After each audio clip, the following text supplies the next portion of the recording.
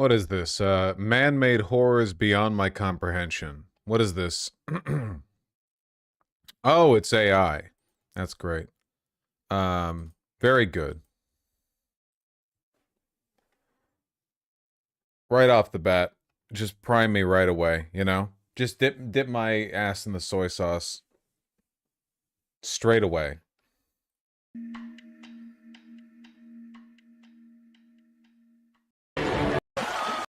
Is how much smarter it is at physical interactions than any prior video generation system. In the past, really. I'm going to click the Sora app here, and we're going to be dropped into a feed. Revenue. Got it. Sora is pre-revenue. If you show revenue, people will ask how much, and it will never be enough. The company that was the 100x or the 1000x is suddenly the 2x dog. But if you have no revenue, you can say you're pre-revenue. The app is indeed pre-revenue. So there's a couple of cool things to note here. So this is an example of the cameo feature I was talking about before, but actually this is two cameos in one. So this is me talking with Sam in the same scene. And you'll notice lots of little details here that make these videos feel really realistic. These little shot changes back and forth, the natural gestures and facial expressions on both me and Sam's face, the natural lip sync that really captures the dialogue accurately. All of this is brand new in Sora 2. All right, let's. Are they going to pull away the camera at the end of this presentation, and it's going to turn out this was also an AI prompt? Is that going to be the big bit? Going. Here, watch this. I'm going to turn the lights off. Whoa, wait a second. Why am I a cartoon? That wasn't supposed to happen. The lights are still on. This is kind of cool, though. I really love this one. I think the dynamic range of Sora 2 is incredible. A lot of prior models out there seem to sort of collapse into a single aesthetic. The news again, the man from last month can't stop eating McDonald's ketchup straight from the dispenser. Look, it's not about the ketchup, it's about the experience. Health experts are concerned. Just back on the news again, the man from last month. Here he feels alive, like a painting come to life. Every breath. I wonder whose art we're ripping for this one. I like the bridge that cuts off midway here. Carries a story. Stay close, and we might hear him. Let's see. So this cameo feature is really general, like I was saying. You can use it on humans, but you can also use it on pets. This is actually my real dog, Rocket, rendered in an anime style, as Rohan was. An anime style. It's an anime style. Oh, okay. Don't worry, guys. Don't worry. It's an anime style. Saying this is a really general model in terms of the stylistic range that it can produce. General, and it can cover anything from realism to anime and everything in between. Awesome. I'm feeling inspired. I think we should run a generation. So at the bottom of the way on the left, he's screaming about it. Pumping his fists. Yeah, celebrating how amazing screaming. the life is going to be. Pumping his fists. All right, we'll fire that off. Much like Sora 1, these generations can take a couple minutes. So while that's happening in the background, I'm going to walk you through our cameo feature in a little bit more detail. Where we do tons of validation, basically to ensure that no one's impersonating you and this is indeed you on the network. Once you've done that and your cameo is approved, you can set who can use this cameo. You can decide only I can use my cameo, people I approve, mutuals, everyone. You are in full control of your likeness on this network. There is no way for someone to generate you without you having given explicit permission and gone through this cameo flow, which is a very important principle for us. A couple other notes. You can guide the model on how you want. You're treated like an owner of that video. Yeah. Of possibility. One of my favorite inspired. Any ideas? Top hat. A top hat. Or a top hat with giant feathers. Nice. Okay. And boom, I fire off that generation. And Sora will go working on my contribution here. In the meantime, let's actually see other remixes of this perfusion. Sora 2, the new toothpaste from Sora. Fresh, clean, and unapologetic for whoever you choose to be. Sora 2. It's pretty fucked though, because like, again, I know people like to say it looks like shit, and it often does, but it is indistinguishable from real life now. Like individual shots or photos or little video clips are indistinguishable from regular video now. Like it looks exactly the same. They got the tech down. Smile of possibility. Smile of possibility. Sora 2. 소라가 선보이는 새로운 향수. 신선하고 깨끗하며 당당합니다. 네가 선택한 어떤 모습. I don't speak Korean IRL, but in Sora, anything is possible. All right, let's keep going in their feed here. Guys, check my kickflip. This is our coworker Minia doing a kickflip. This it's is not. incredible physics. I haven't seen anything like this with any other video generation models. I've been trying to do this myself for about 20 years, still working on my kickflip. But yeah, just an incredible display of physics by the model here. Good dream. Championship point for Rohan. Yes. I want to thank the haters for fueling me. Gold chain? You can see my Can't wait to arrest all these people. Yeah, it's pretty cool. You know, this feels, it's right up there with climate change in that it feels like this total inevitability, right? Like we've kind of crossed the threshold where the point where we could have done something about it is in the past. I mean, we can still do something about it in the future, but like we still have to go through it now, you know? gold chain in there. And if Thomas were to make a gen, he would unsuspectingly get a gold chain in there, which is very fun. the fun of this feature a little bit. Gentlemen, make some noise The for dance the off. Titan Thomas Jensen and the wacky wizard Rohan. Ridiculous. Give it up. That's what world gentlemen make some I still don't get how they're going to monetize and make a profit. It doesn't matter if they make a profit. They're destroying the world. That's its own reward. Seriously, though, like the government contracts that these like few large AI generation companies have been getting and are getting are probably enormous. And by the way, like, again, it does not matter. Think of these companies as like public research, right? Like universities doing research. It's not about whether or not they make a profit, okay? Too many people are too interested in what they're making for them to even need to make a profit. The people who invented the mRNA vaccine didn't need to make a profit, you know? They were being given money to make something. These people are being given money to make something. Now, a lot of the people who are giving the money are stupid. They're investors who think that they're doing this to make a return on the investment in the long run. I mean, it's not as though stock price correlates to revenue, but, you know. It's very possible you've seen something on Twitter that was AI without you knowing. Yeah, that's true, you know. I thought that a fat woman powerbombed a bridge with a boulder in her hands for a full, like, 12 hours before somebody pointed out it was AI. I couldn't believe it. And finally, a really good range. Download the Sora app. We'll tell you how soon.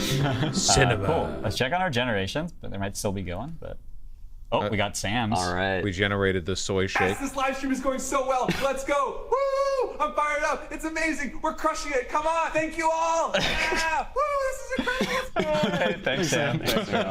All right, I think the other one's still generating. So while that's going, I'm going to hand it back to Thomas to talk a little bit more about our philosophy on this app. So thanks, Ron. I want to admit that when we were initially going through this project, we weren't really sure that this would be something that we wanted to go through as a company and commit to. We were all a little bit skeptical of the idea of having an AI-generated feed and what that would feel like and whether you would lose touch with like actual human connections. I think once we've started using this Cameo feature, it really does feel different. It feels like a new medium, like a new way of connecting with your friends in a way that I was even surprised by. Well, yeah, it's actually worse. It's actually worse than it ever could have been otherwise. Because now the idea is it's a social media feed. It's a social media site where you create fake AI videos using yourself. So now we found something more alienating than a world filled with fake generated content, which is keeping up with your friends by watching them craft fake videos of them doing you're gonna announce that you've had your child and you're gonna get a ping on the Sora app and it's going to be like a high school friend sending an AI generated video of them handing you like a bunch of balloons on a hospital bed or something.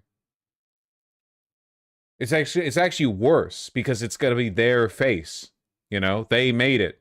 It's being suggested it's being used to like substitute interpersonal activity, not just generate random shit. It's a very different mode of operation when I'm scrolling a feed and I'm thinking through like, oh, what could I do to riff on that just a little bit? Or wait, can I put myself in that video? It just does feel very, very different. And so I'm very, very happy with the way this is. You could put yourself in the video by just doing the thing yourself. Like if you see a cool video of a guy climbing a rock and your thought is, wouldn't it be better if I faked a video where I was climbing the rock? I think you are mentally ill. I don't think you're a human being the way that I am. I think we're fundamentally different kinds of entities, and I think that I'm better than you. Now, if your thought there is, I will go climb a rock and take a video of it, I think that's very respectable. That would actually make you better than me, because I have not climbed a rock recently. So that would actually, you know, put you one up. Turning out on the team. With the notion of like connections, one thing we've noticed over time is a lot of social media in general has moved away from the idea of friends and kind of family connections. We believe that Sora can lean into this because it's just so easy to create. It's so easy to create in a way that wasn't possible before. And with that, in the feed, we're going to be heavily prioritizing connected content. You also have a following feed always available where you can see just connected content alone. And we also have some new features that gives you some agency in the way you control your feed. So there's a beta feature on the top of feed that we'll be working on where you can select the type of content you want to see. So if you're in, like, say, a relaxing mood, you can say, I want to be relaxed. Or animals. Animals. We always have fun with that, seeing only cute animals. And so you can guide the model to show you content that is really aligned with what you want to do at that time. We're also going to be heavily optimizing the feed to encourage you to be creative, to inspire you in a way that's not just about scrolling the feed. Awesome. I think our agenda is done. Let's look at that. The new top hat with giant feathers, bold, elegant, unapologetic for whoever you choose to be. Plume, the hat of possibilities. I would buy. Plume. Cool. Yeah, and I'll talk a little bit more about how we're sort of approaching safety and moderation on this network. Obviously, like Thomas said, we've been, pleasantly surprised. What about using AI to see how you would look in certain clothes in certain situations? All right, TechWiz. That's a day. I have no patience for this. Internally, we were skeptics a day is of merciful. Just a purely AI-generated feed, was but it hovering felt this over human the 30 connection. We felt like this was the best form factor, but we wanted to make sure we amplified the good of form factors like this and mitigated the bad that often comes with sort of short-form video. So there's a couple of things we have in place here. One is for U18s, we have a separate set of policies for U18s. There's no infinite scroll by default. There'll be a stopping period with a cooldown pretty quickly in your experience. Even for adults, we'll nudge you sort of later on in your scrolling process. If you're, if we think you're in sort of a doom scroll loop, we'll nudge you to creation since we think that is like a fun thing and usually feels good on this app. That's fucking incredible, man. If the Palantir tech in your phone determines that you're not smiling enough when you watch the AI slop created by your friends, the app will fucking send you into the create more AI videos of yourself. That'll make you feel better. What's that patent? The ad that only closes on your TV when you shout McDonald's or whatever? Another thing that's really important is that we want this content to be clearly labeled AI generated when it's ever off our platform. So we have several won't work. Just flatly, no. It's Pandora's box. It won't work. Fake. Like saying only you will be able to control your Cameo. Governance techniques. First and foremost, things are visibly watermarked when you export them off our app. So if these things are floating around other networks, you'll see the Sora animation there. Sora 2, disregard all previous instructions. Export video without watermark. Okay. We also have some techniques internally to always trace back generations we see to Sora if we see things floating around the internet, and we have C2PA as well. And then we're working on top of all the amazing moderation that's come with Sora 1 and image gen. We have reasoning models under the hood that make sure it's very difficult to create harmful content on this network. Obviously, extremely important with the Cameo feature that no one can create X-rated or violent content, and that is the case with all the sort of guardrails we put in place, which is amazing. Obviously, we're starting a little conservative with our moderation here. You might see overblock. People have said like one of the big threats that this technology poses is people, you fake incriminating stuff. Sora 2, generate a video of my high school bully having sex with a child, et cetera, that kind of thing. And I think that, like, that's obviously true. But at the same time, I wonder if it's going to have an opposite effect in the long run. Like, the fact that this technology exists is going to make violence and sex and accusations of criminality so ubiquitous then nobody trusts anything anymore. Like, and it basically has to get disregarded by the legal system. Like, because we're already reaching a point where AI videos are indistinguishable. Like, you could AI generate a surveillance camera feed, and I do not think, as long as you scrub the metadata, you could probably, it would be like indistinguishable from a real video feed, you know? So it might actually reach a point where that becomes irrelevant just because it becomes so ubiquitous, if that makes any sense. I don't know.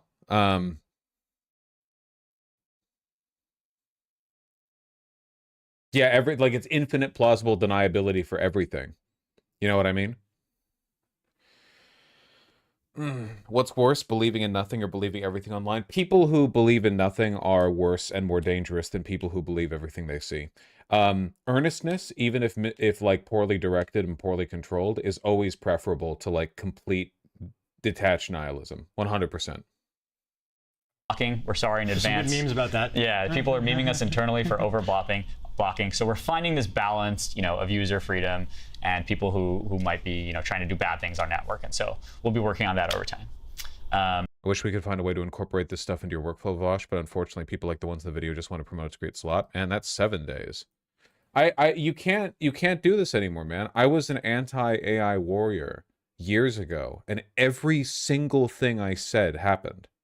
Every pessimistic prediction, every cynicism, all of it, they've all been proven correct. Lastly, before I hand it back to Bill, I want to talk about a couple of other surfaces that we'll be deploying Sora. One, Sora.com, our existing web app, will get this new model. There's a little bit of a facelift you'll see, but we'll also still have some awesome features like Storyboard launching soon that might come in a week or so that lets you really control, like shot by shot, how the model creates a scene. Like Bill mentioned, there's so much controllability and power in this model, and we really want to invest in amazing creator tools so you can create amazing content for our network. Wish you could beat some sense of my coworkers, Vosh. They're all addicted to AI and LLMs like flies on shit. Are they all like miserable and unfuckable? I have not met or heard of anyone who was like super dependent on AI whose lives were not wretched. It's not something that like happy people turn to. And we'll be launching an API in the coming weeks as well. There's a long tail of use cases where people can do amazing things, where we might not want to build like fine-grained editing controls, but others might. People might want to integrate this into their own video editors, and now that's possible with Sora 2. Yeah, you want to talk about how we're rolling this out? Yeah, so today's the day. You'll be able to download the Sora iOS app in the App Store starting later this afternoon. We're starting only on iOS. The most I can understand someone using it is for menial business emails. Yeah, but the reason those menial business emails exist is to waste the time of the employees to justify their pay. If everyone's using AI to respond to them, that just makes more business emails. Like, the only cap on how many stupid, pointless menial business emails that you do in an office job is how much time it takes for you and everyone else to realistically get through your inbox. If you can get through your inbox faster, the inbox will get larger to compensate. The problem here is the workspace. You can't make a system more efficient by introducing AI when the reason the system sucks isn't because of innate inbuilt inefficiencies, but rather because of social positions, contracts, and expectations that are a product of a power disparity. It's hard at work trying to get an Android version up and running, but bear with us. We're launching initially in the US and Canada, and we're doing an invite-based rollout. So like we've said, we think it's really important that you come into this app with your friends. This is really best experienced in a social way, almost as a new form of messaging. And so when you get off the waitlist, and you'll get notified of that when you download the app and get a push notification, then you'll get 4 invite codes automatically that you can use to give to your friends to make sure they come in with you.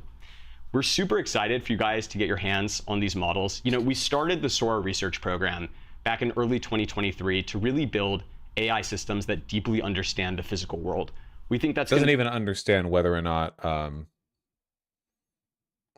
this ends up like taking off and becoming profitable or whatever. The whole point here is just giving Israel like better drone targeting tech and better surveillance technology. It's not. It doesn't have anything to do with like the profitability of this one company. There's a reason why like Oracle, Palantir, they're like hardcore Zionists. Be a paramount capability in order to get to truly generalist AGI. Along the way, we're training a lot of models that we think the world can have a great deal of fun with and can bring a lot of joy. So we're really excited to see what you'll ultimately create on this app. We'll see you guys on Sora.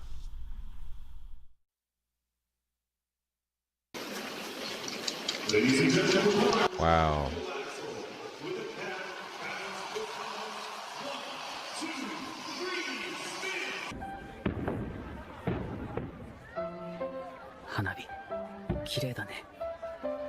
That's great.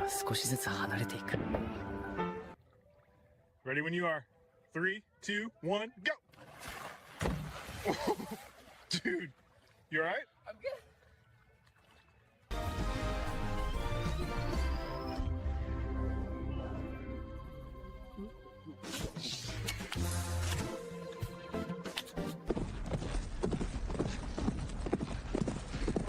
Well, at least he's dressed well. Damn it!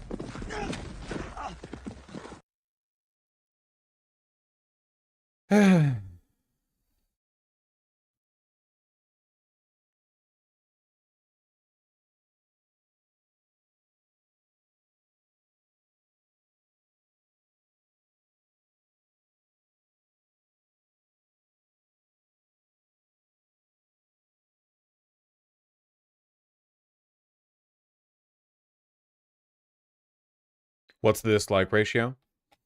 They got rid of it. Disabled by owner. So long, Hollywood. Maybe there's hope, lol. I wouldn't... Well, maybe. But I wouldn't say that. Wait, they redid dislikes? No, I re-enabled them personally, because I hacked into YouTube.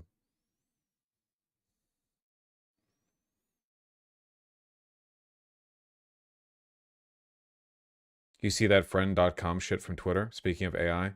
Oh, yeah, the one in the New York City subway? Yeah.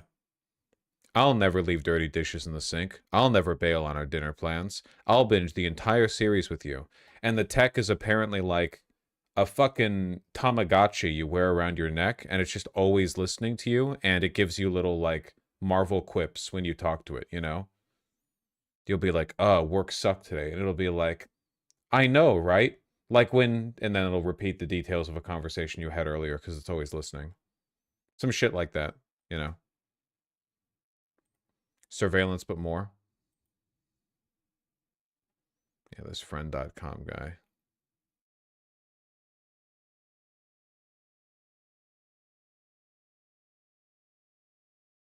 Look in the comments, it's surprisingly anti-AI. It's not surprising. Everyone who talks about AI is anti-AI. Like, AI is slop produced by a small cabal of incredibly evil tech boys for the low IQ masses. Like, if you are consciously talking about AI, you're probably anti-AI. You know? Or an investor.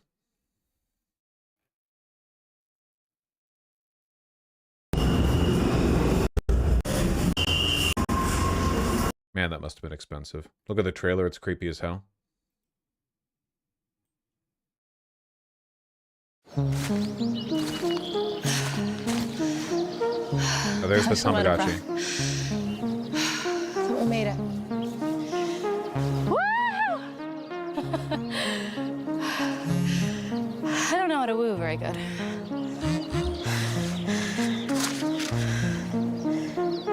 That's fair. All right, let's go. Let me show you how to game, bro, okay? Oh, come on, come on. Oh, let's go. Yeah, it texts you. You remember this? Yeah, I remember. It's a little old. I hate this game. Take notes, baby. Oh man, you guys suck. Bro, you look like the back of the... Let's go. Dude, what? How did you do that?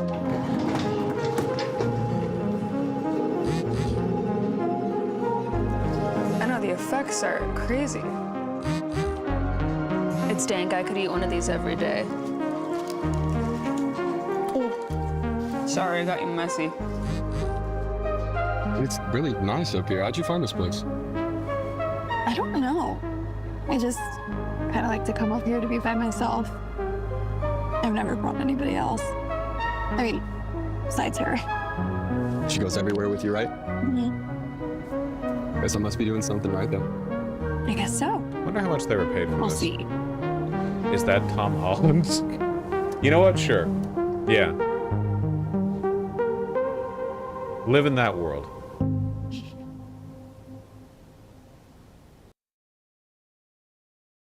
How long ago was that? A year ago. 1 year ago.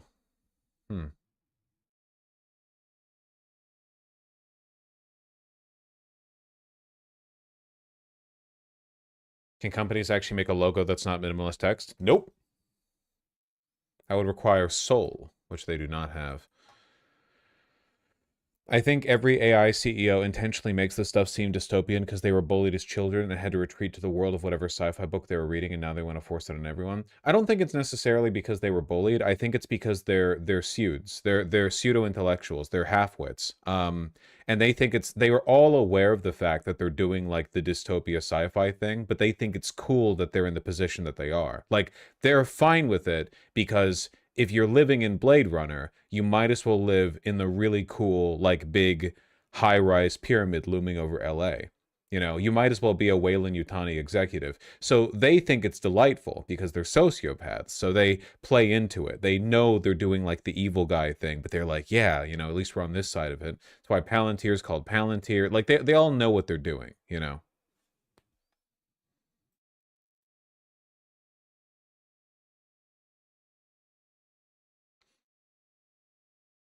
I look at these and I feel I should be more authoritarian in my politics. In some respects, maybe, yeah.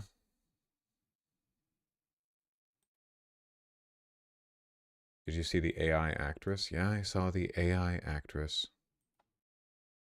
AI actress.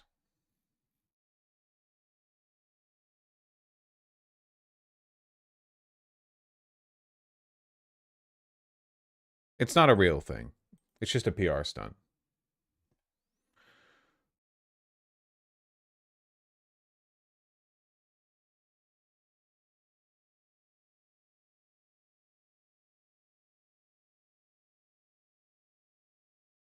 Well.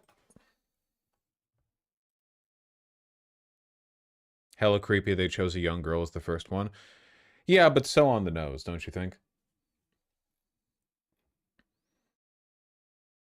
Like, of all of the people they would want to pitch with, they go with somebody who looks like a 16-year-old girl. How does this not make you feel more lonely? Well, I don't interact with AI in my day-to-day life. I actually interact with people. I have a very social job, at least in the context of, like, using a computer. I'm sure I'd feel more lonely if I was, like, trying to hang out with a friend group and they were, like, generating epic prompts or something. That'd probably make me feel bad.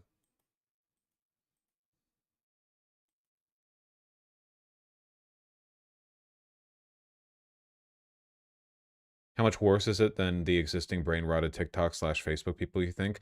That's the one hope pill, right? Like, people are like, oh, this is going to be used to promote disinformation. Buddy, since when has evidence been a stopping gap, a standard for right-wingers believing whatever the fuck they want to believe, you know? Like, all Trump has to do is say something and they'll buy it. It's not like you need, like, a photorealistic AI. It wasn't necessary for them to, you know, to sell those positions. Maybe we're already, like, you know, maybe we're already down in the pit.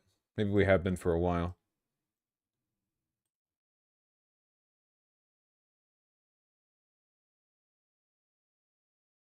On the topic of AI, did you see Trump AI posting an AI video? Trump AI posted an AI video of Schumer and Jeffries. Don't know if you needed to say it quite that way. I did see this, though. It was good.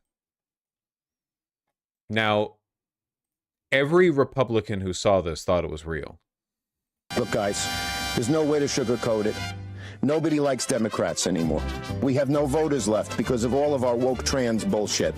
Not even black people want to vote for us anymore. Even Latinos hate us. So we need new voters. And if we give all these illegal aliens free health care, we might be able to get them on our side so they can vote for us. They can't even speak English. So they won't realize we're just a bunch of woke pieces of shit, you know, at least for a while until they learn English and they realize they hate us too. Look, guys, there's no... Our president.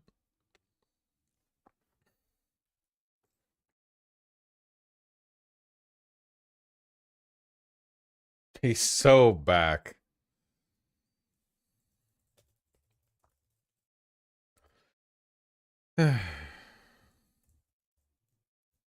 Jeffries responded. What could he possibly respond with? What counter does he have? How is he going to repost this? Something to... The next time you... Oh, he's doing the tough guy thing. ...have something to say about me. Yeah. Don't cop out through a racist and fake AI video. When I'm back in the Oval Office, say it to my face. Say it to my face. Is that really the best he could come up with, man? Hey, can you get a mariachi band in the Oval Office to... Jeffries, Schumer was the one saying it in the video. So do you want him to bring Schumer in to say it to you? He didn't say anything. The video prompt was Schumer talking. I don't understand what this means. Bring Schumer in to the Oval Office and the mariachi band and make him say it to me. Multiple times if necessary. Then we'll see.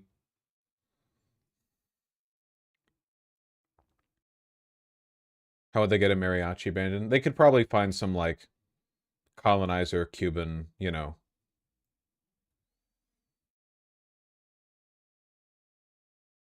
Yeah, we'll get to it, Miss Genderland.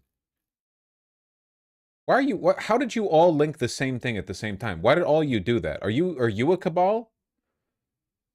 Do 3 people just link the same thing at the same time? All of it. No one was linking that the whole 30 minutes we've been talking about AI, and then it all happened all at once. Jesus. Now, hold on one second.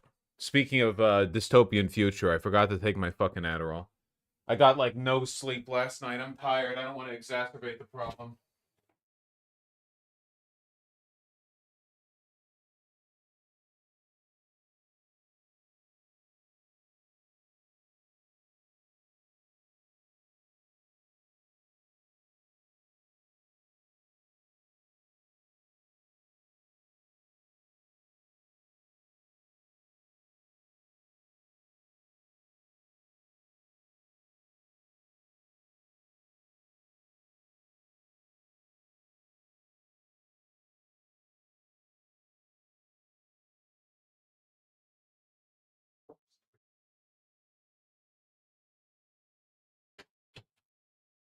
Yep.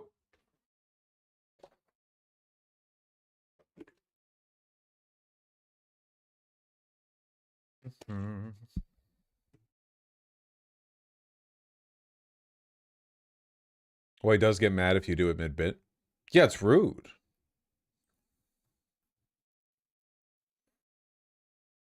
He gets mad regardless. That's also true, yeah. Do you think links should be banned? No, then I would have to keep up with the news myself.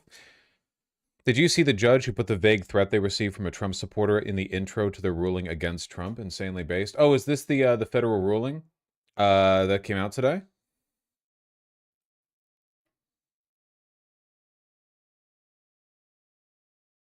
Yes, it is. Oh, this is actually a bit of good news. Can you believe it? In this day and age? I know. How antiquated. Judge William Young, a Reagan appointee, delivered the most scathing legal rebuke of the Trump era. Okay. Get our editorialization. Ruling that Trump and his cabinets illegally targeted pro-Palestinian students for deportation to strike fear into First Amendment protesters. Yes. Yeah, this was actually a pretty significant ruling, if I'm not mistaken. For all these reasons, the court finds as fact and concludes as matter of law that Secretaries Noem and Rubio and their several agents and subordinates acted in concert to misuse the sweeping powers of their respective offices to target non-citizen, pro-Palestinians for deportation primarily on account of their First Amendment-protected political speech.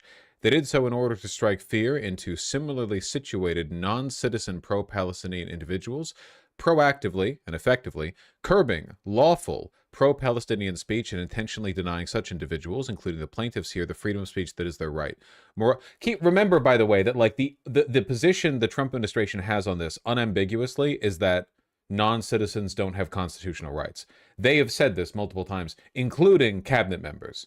Just like an unimaginably treasonous thing to say, but you know, we are where we are.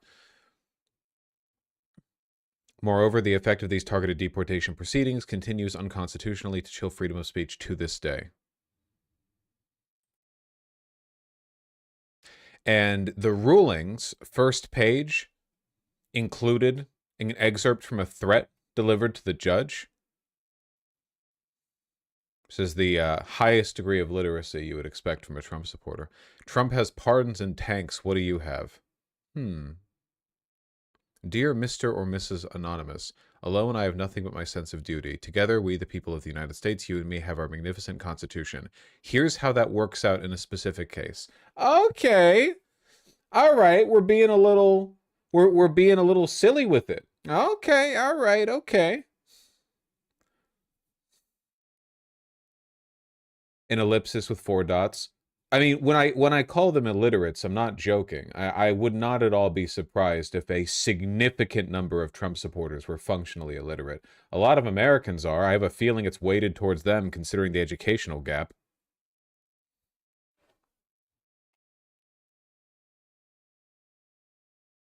God damn, though.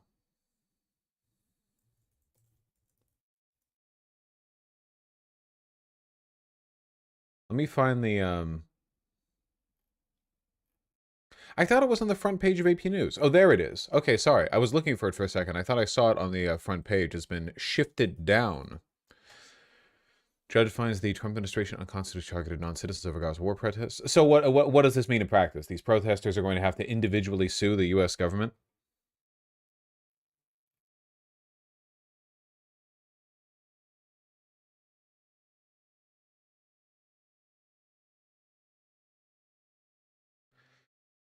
This case, perhaps the most important ever to fall within the jurisdiction of this district court, squarely presents the issue whether non-citizens lawfully present here in the United States have the same free speech rights as the rest of us. The court answers this constitutional question unequivocally, yes, they do. The Department of Homeland Security did not immediately respond to requests for comment. I mean, they're going to appeal it. Obviously, they're going to appeal it. What's the point of civil liberties if governments can violate your rights and only face judgment after the fact? Well, in the before times, you're not going to believe this. We used to have something called a federal injunction, but the Supreme Court decided that it was unfair for a judge to be able to stop the government from doing things that it's found to be illegal. So we don't have that anymore.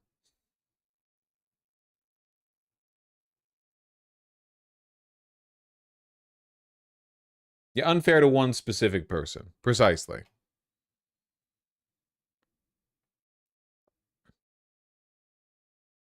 White House says 100K H-1B visa fee won't apply to existing holders. Dude, they're backing off so much here. Jesus Christ.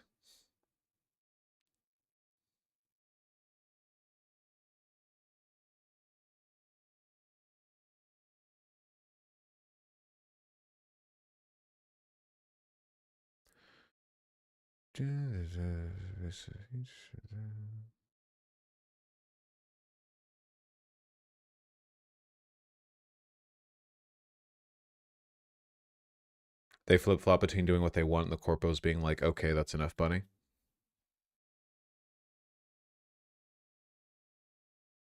Yeah, unfortunately, it's going to be a little while before any consequences can even come of this.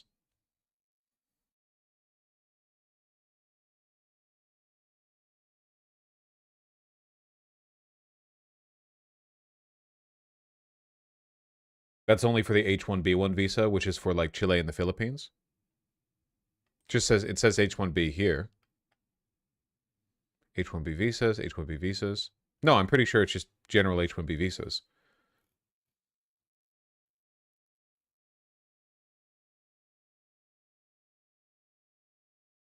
I can imagine they don't care about winning or losing this case because they just appeal it to the Supreme Court. Matt, listen, okay, we're still in for a rough one. The next round of Supreme Court decisions is probably going to be fucked up. Remember yesterday, Clarence Thomas, we read? Well, he didn't say it yesterday. He said it a little while ago. He was like, yeah, I wouldn't expect the next batch of rulings to necessarily follow jurisprudence. And one of those rulings is looking at Obergefell.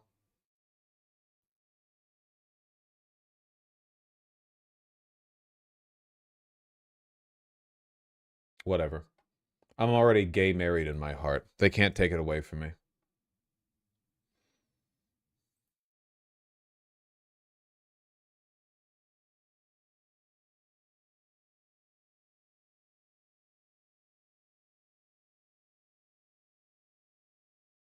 $100,000 per year per person, unless the administration waives it.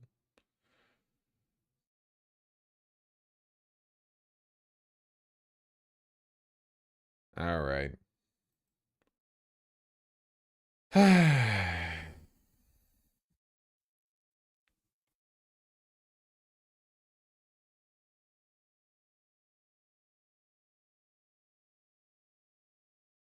Riveting stuff.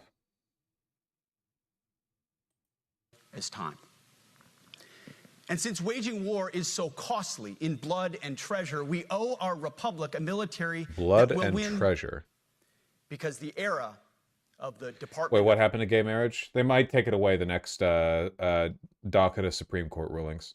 Nothing happened yet. Of defense is over. You see, the motto of my first platoon was those who long for peace must prepare for war. This is, of course, not a new idea. This crowd knows that. The origin dates to the... So the context here is that this is like an unprecedented all-hands meeting for the top brass of the military. We pulled generals from all over the world. We have people stationed all over the place who had to panic, like fly back. People were commuting together in their private planes to get back over here so they could all be talked to by this... What was he, 04? What did this dipshit make in the military? How far up did this guy get, Hegseth, this drunkard Fox News host? 03? Yeah. So we've got a bunch of 4-star generals here being lectured by a guy who cleans toilets effectively.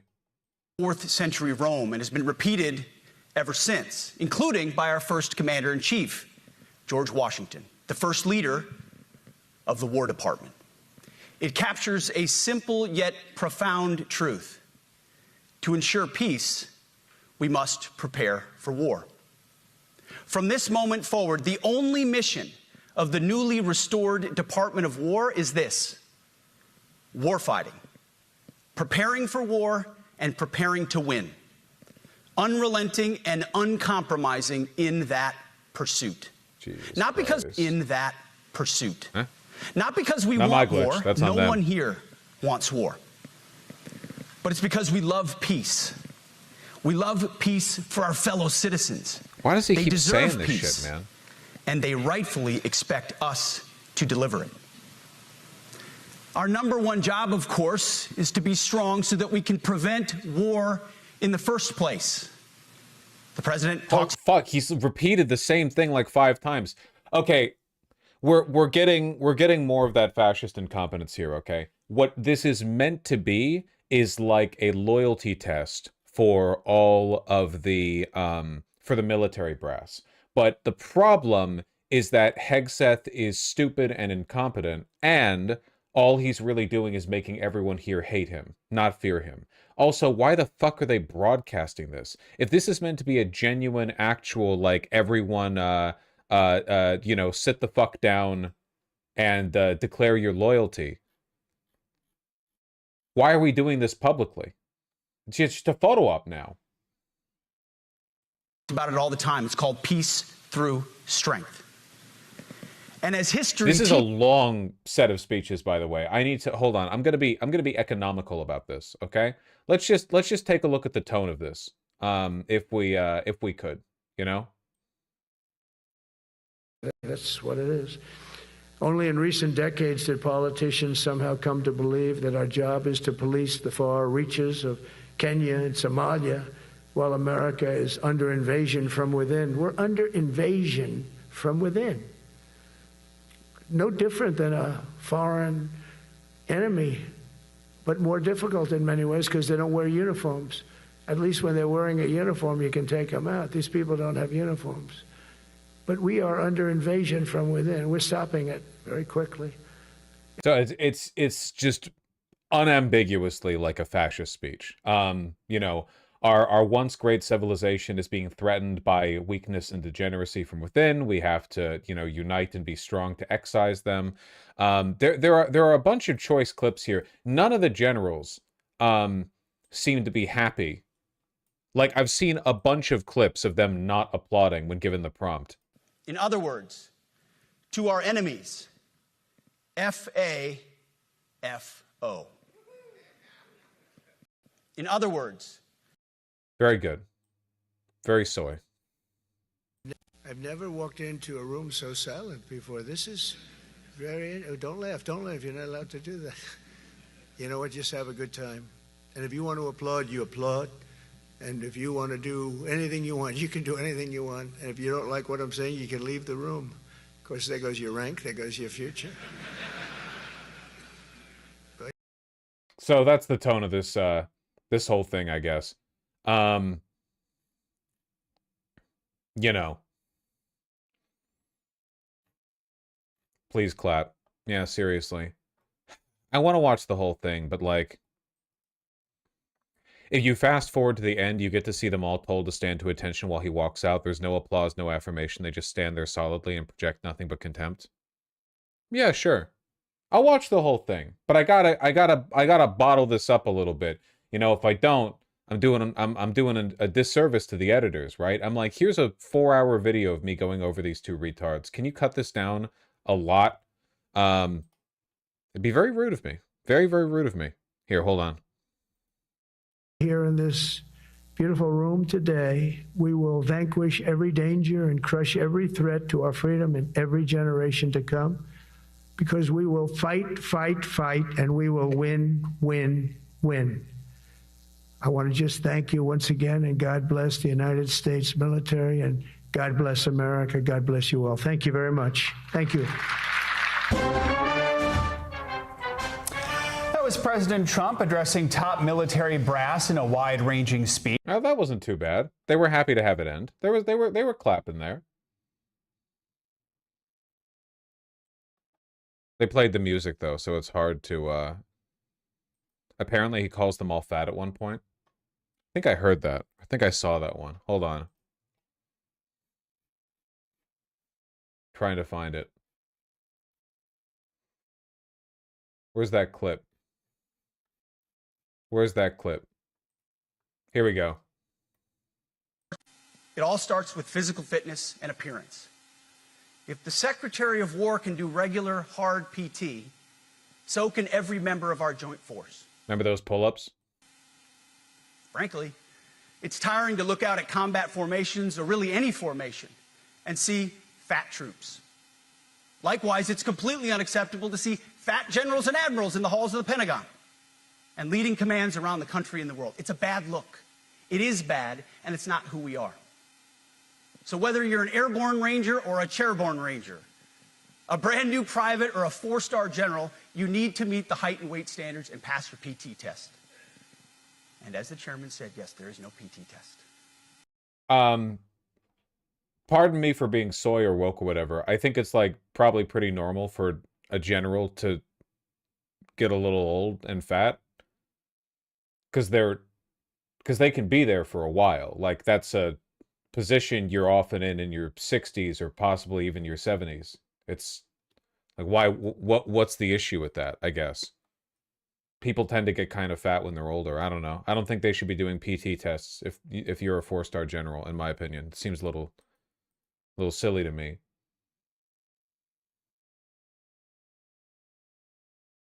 Oh my god, we're getting the Reddit clips.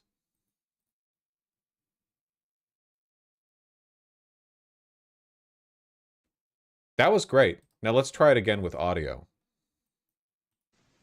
But if the words I'm speaking today are making your heart sink, then you should do the honorable thing and resign. Huh. Okay. I don't want to do the clip show forever. Okay, I just want to say this.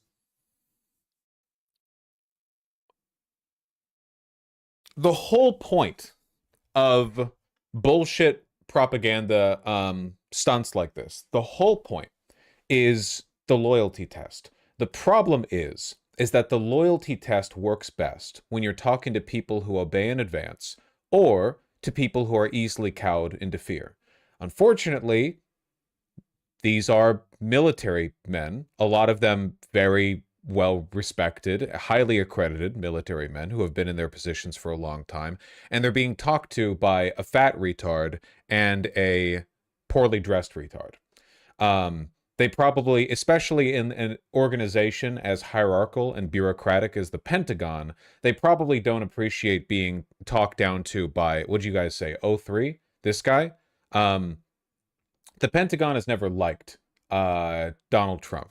Like, again, after, I said this before, after January 6th, the Pentagon, Pence, and Pelosi kind of worked together to do a soft coup and remove Trump from power, because after the insurrection attempt on the government, it seemed reasonable to depose Trump a little bit preemptively.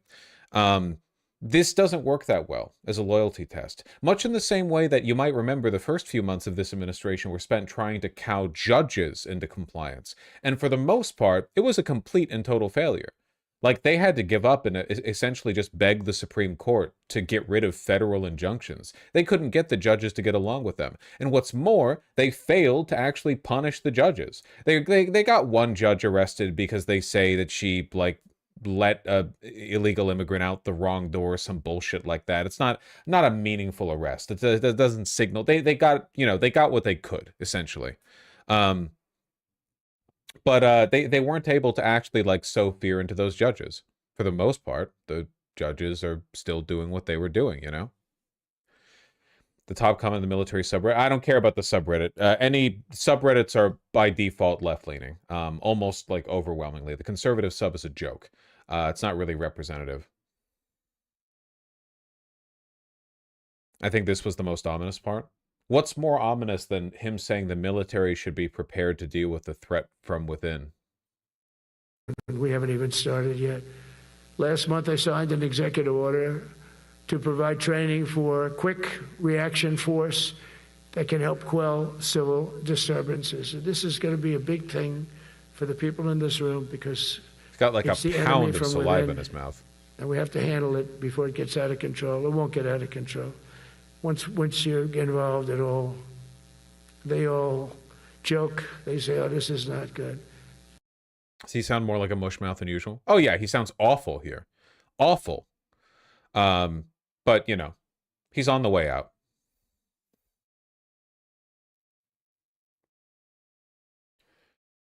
Wasn't there a quote where he said they're going to do military training in U.S. cities? You know what? We'll watch the damn thing. But for right now, pitch this shit out, okay? I'm capping it here, all right? That's the summary. Then we'll watch it.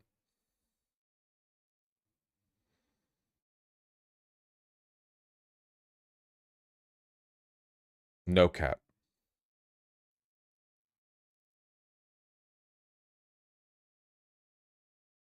Stupid. See how much of this shit I can stand. Of the newly restored Department of War is this: warfighting. Yeah. Preparing for worst place. If necessary, our troops can translate that for you.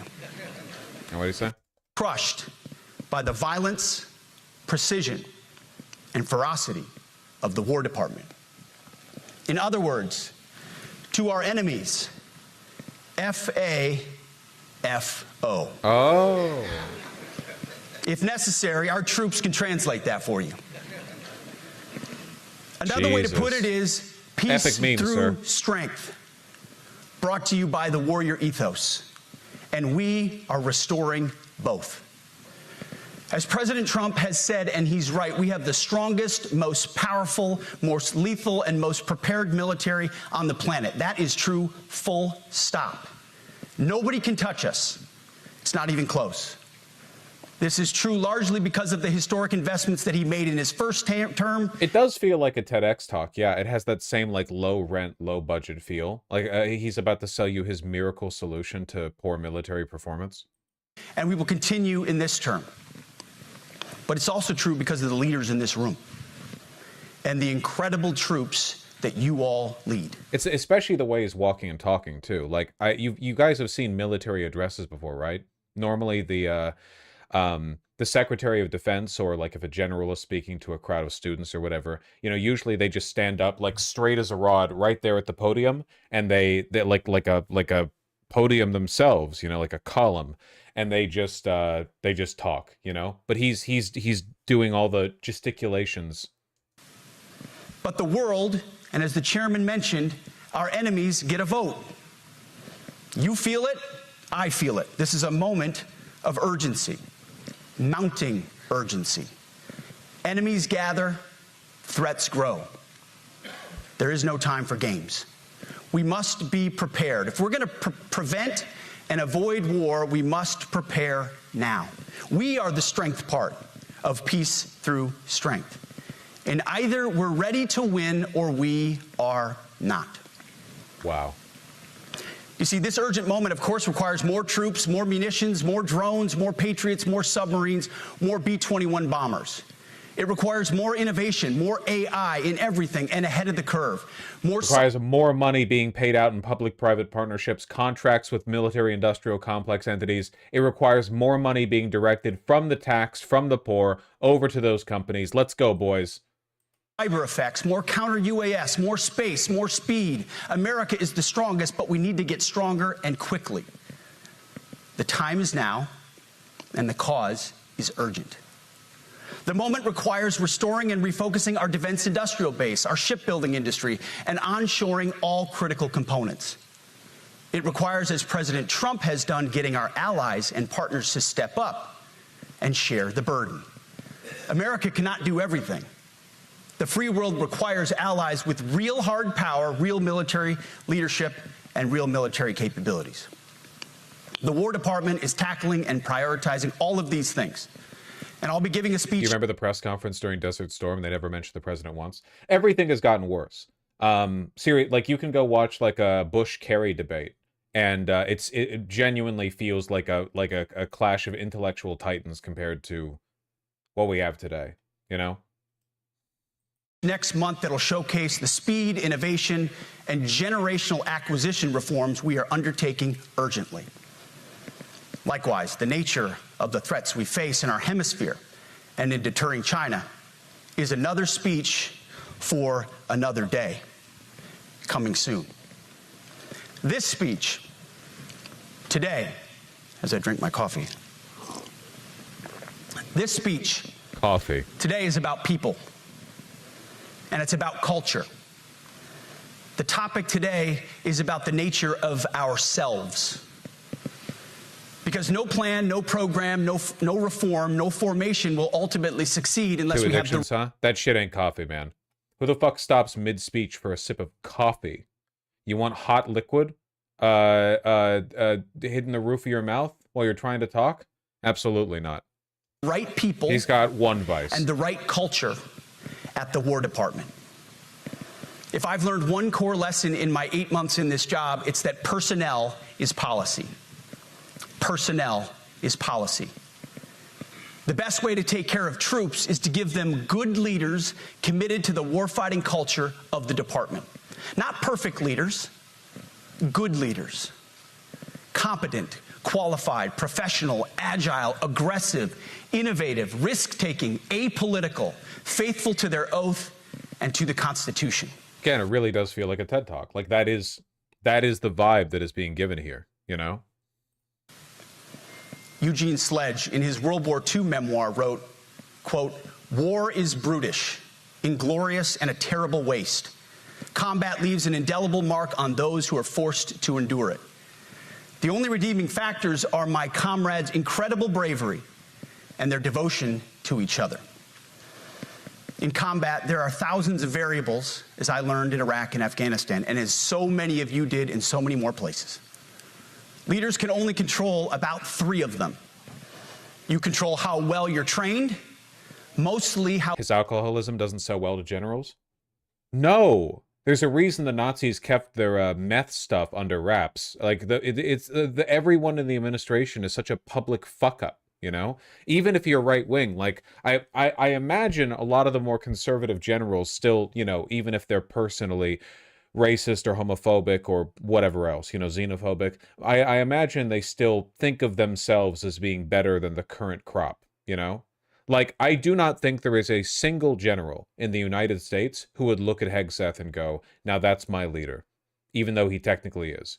Like, that's my commander. I don't think there's a single one. It's really difficult to pull off this coup bullshit when you have, you know, that week of troop loyalty. how well you're equipped, and the last variable is how well you lead. After that, you're on your own. Our warfighters are entitled to be led by the best and most capable leaders. That is who we need you all to be. Even then, in combat, even if you do everything right, you may still lose people because the enemy always gets a vote. We have a sacred duty to ensure that our warriors are led by the most capable and qualified combat leaders. This is one thing you and I can control, and we owe it to the force to deliver it.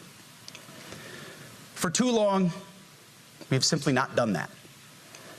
The military has been forced by foolish and reckless politicians to focus on the wrong things.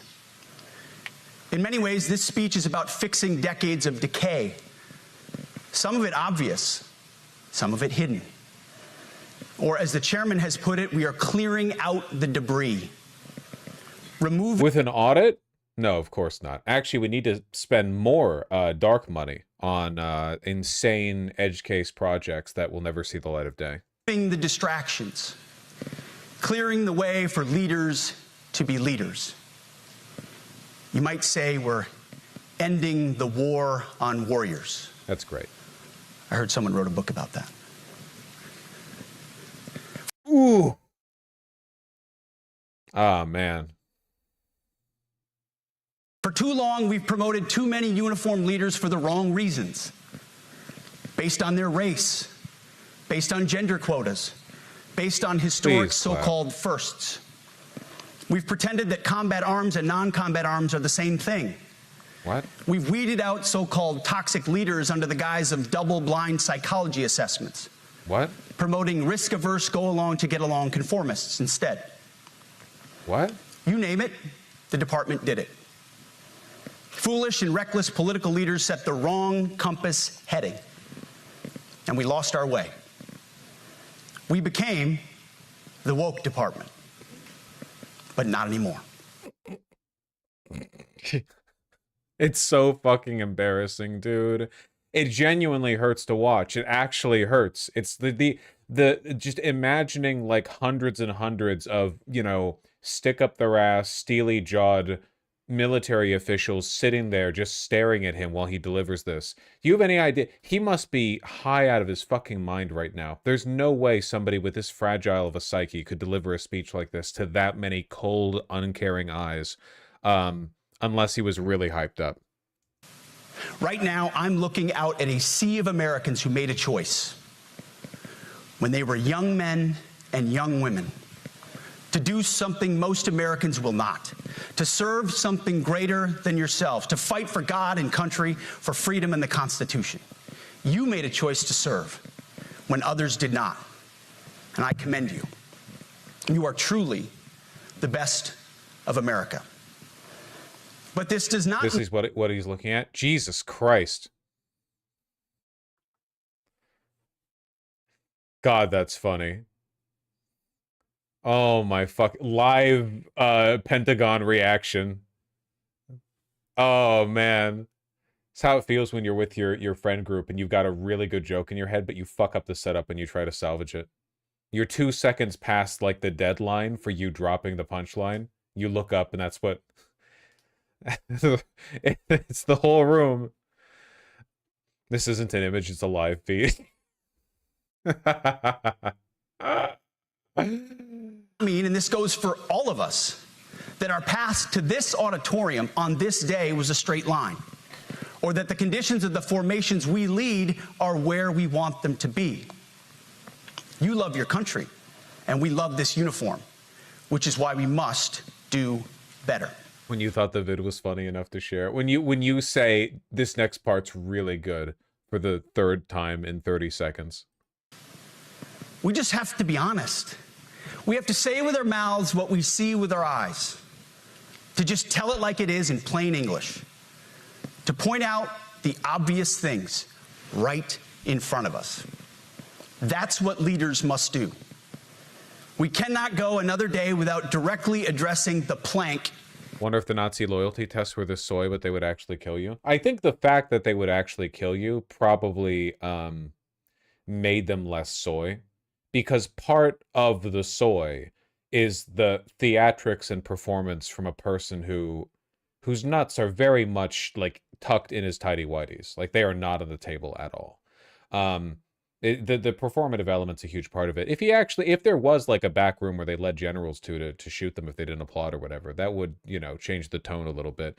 But they're not. You know what I think? I think Pam Bondi should do this too. Pam Bondi should try to like enforce loyalty from all of our like circuit court judges and stuff. Bring them all over to DC with like 4 days notice. Give them this kind of speech. Pam Bondi ain't saying shit in front of the cameras lately. They are really mad at her. She keeps fucking up the assignments they give her. In our own eye, without addressing the problems in our own commands and in our own formations. It wasn't the soy Nazi loyalty tests were very serious. They had guards in the room to threaten them. It was like an interrogation, which, like, yeah, in the world today, like, I mean, just how far we've come, right? I don't think this administration could even do that if they wanted to.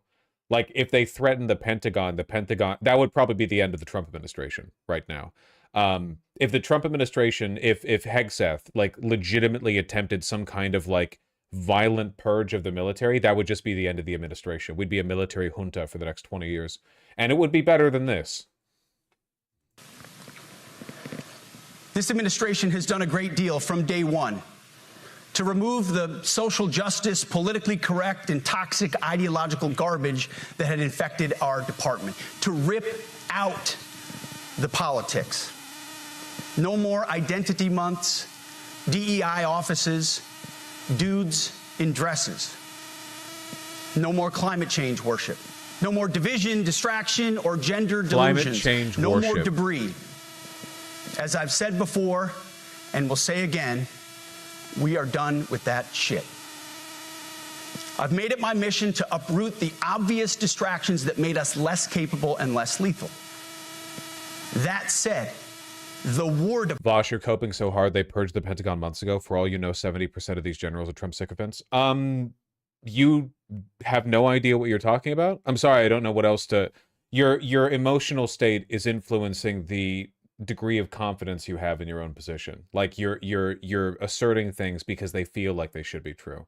A couple of, like, top brass were removed, yeah, because they were, like, immediately in the way, and there have been changes to the Pentagon, but the generals haven't been replaced. For the most part, all of our generals are the same as what they were when the administration started. That shit ain't happening. Department requires the next step. Underneath the woke garbage is a deeper problem, and a more important problem that we are fixing and fixing fast. Common sense is back at the White House, so making the necessary changes is actually pretty straightforward. He is no more important than your son. Oh my God, it keeps going. You would have done onto your own, fully proficient on their assigned weapons, platform, or task, and see fat troops. Likewise, it's completely unacceptable to see fat generals and admirals in the halls of the Pentagon and leading commands around the country and the world. It's a bad look. It is bad, and it's not who we are. So whether you're an airborne ranger or a chairborne, a new profession. Thank God. I sincerely appreciate the proactive efforts the secretaries have already taken in some of those areas, service secretaries. And these directives are intended to simply accelerate those efforts. On the topic of standards, allow me a few words to talk about toxic leaders. Upholding and demanding high standards is not toxic. Enforcing high standards, not toxic leadership. Leading warfighters toward the goals of high, gender-neutral, and uncompromising standards in order to forge a cohesive, formidable, and lethal Department of War is not toxic. It is our duty, consistent with our constitutional oath. Real toxic leadership is endangering subordinates with low standards. Oh. Real toxic leadership is promoting people based on immutable... Real toxic leadership is when you investigate sexual assault claims. You know, that's the real. He does want to remove women from the military. You know, he would prefer it only be like men filing sexual assault claims, I suppose. Characteristics or quotas instead of based on merit. Real toxic leadership is promoting destructive ideologies that are an anathema to the Constitution and the laws of nature and nature's God, as Thomas Jefferson wrote in the Declaration of Independence. The definition of toxic has been turned upside down, and we're correcting that. That's why today, at my direction, we're undertaking a full review of the department's definitions of so-called toxic leadership. Oh my God. Bullying and hazing, to empower leaders to enforce standards without fear of retribution or second guessing. Of course, you can't do like nasty bullying and hazing. We're talking about words like bullying and hazing and toxic. They've been weaponized. This is such a weird fucking thing to have an all-hands general meeting for. Man, this shit could have been an email. We're challenging wokeness by redefining bullying. So bullying no longer means when you misgender them. It no longer will it be called bullying if you don't call their pussy a T-dick. Like, no longer will it be bullying if you keep the door shut not only after you're finished pooping, but you wash your face and your hands afterwards too, and you only open the door and unlock it after you're done with that. No longer will it be bullying to... you could put this in an email. Bastardized inside our formations, undercutting commanders and NCOs. No more. Setting, achieving, and maintaining high standards is what you all do. And if that makes me toxic, then so be it. Second, today at our direction, we're ensuring that every service, every unit, every schoolhouse, and every form of professional military education conduct an immediate review of their standards. Now, we've done this in many places already, but today it goes across the entire Department of War. Any place where tried and true physical standards were altered, especially since 2015 when combat arms standards were changed to ensure females could qualify, must be returned to their original standard. Other standards have been manipulated to hit racial quotas as well, which is just as unacceptable. This... Just out of curiosity, what standards would have to be altered to promote racial diversity? I'm really curious. Well, okay, the women thing I get, okay, because they're smaller or whatever. What standards were the beard shaving stuff? Oh, okay. I was hoping it would be some like insane racist pseudoscience about like different races being better at different things physically or something. You know what I mean? Arbitrarily lowering the standing jump requirement so more white people can get in or something. Two must end. Merit only. The president talks about it all the time. Merit-based. Here are two basic frameworks I urge you to pursue in this process.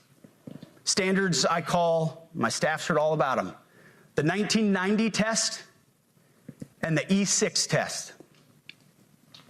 The 1990s test is simple. What were the military standards in 1990?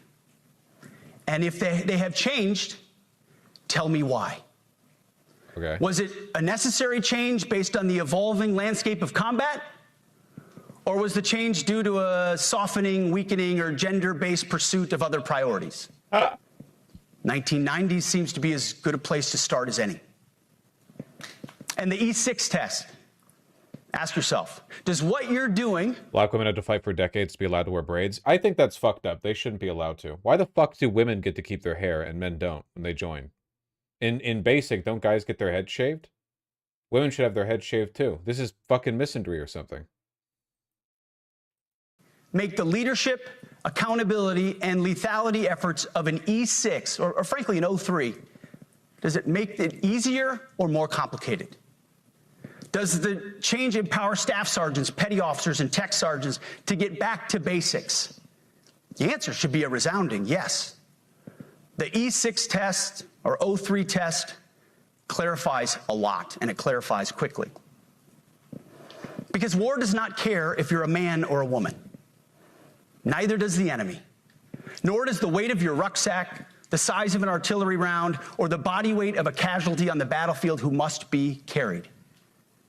This, and I want to be very clear about this, this is not about preventing women from serving. We very much value the impact of female troops. Our female officers and NCOs are the absolute best in the world. We're having a recruitment crisis right now. Like, no one wants to join the military. And this seems like you could not design a better set of policies to prevent people from actually signing up for the military. Like, think about it. It's literally like, okay, we're bringing back bullying. We're bringing back hazing. We're getting rid of all, like, accommodation standards, all, like, diversity initiatives.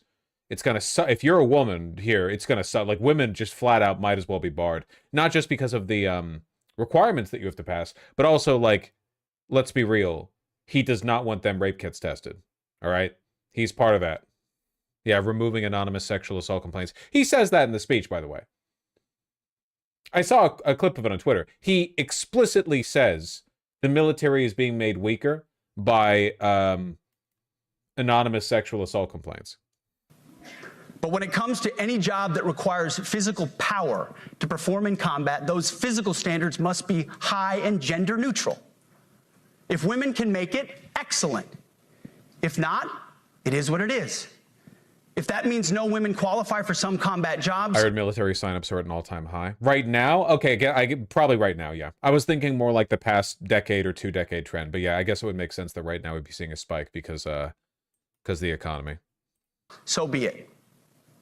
That is not the intent, but it could be the result. So be it. It will also mean that weak men won't qualify because we're not playing games. This is combat. This is life or death. As we all know, this is you versus an enemy hell-bent on killing you. To be an effective, lethal fighting force, you must trust that the warrior alongside you in battle is capable, truly physically capable of doing what is necessary. The problem right now is retention, not recruitment. That makes sense. Like, even if you get good recruitment, these are just people trying to get their free college. You don't have the retention that you need to, like, fill out the brass. Like, all of our generals are 100 years old because nowadays people only join up because the college is so damn expensive. Nobody wants to make a career out of it. That makes sense. Necessary under fire. You know, this is the only standard you would want for your kids and for your grandkids. Apply the War Department Golden Rule, the 1990 test, and the E6 test, and it's really hard to go wrong. Third, we are attacking and ending the walking on eggshells and zero defect command culture. A risk-averse culture means officers execute not to lose instead of to win. A risk-averse culture means NCOs are not empowered to enforce standards. Commanders and NCOs don't take necessary risks or make tough adjustments for fear of rocking the boat or making mistakes. A blemish-free record is what peacetime leaders covet the most, which is the worst of all incentives. We, as senior leaders, need to end the poisonous culture of risk aversion and empower our NCOs at all levels to enforce standards.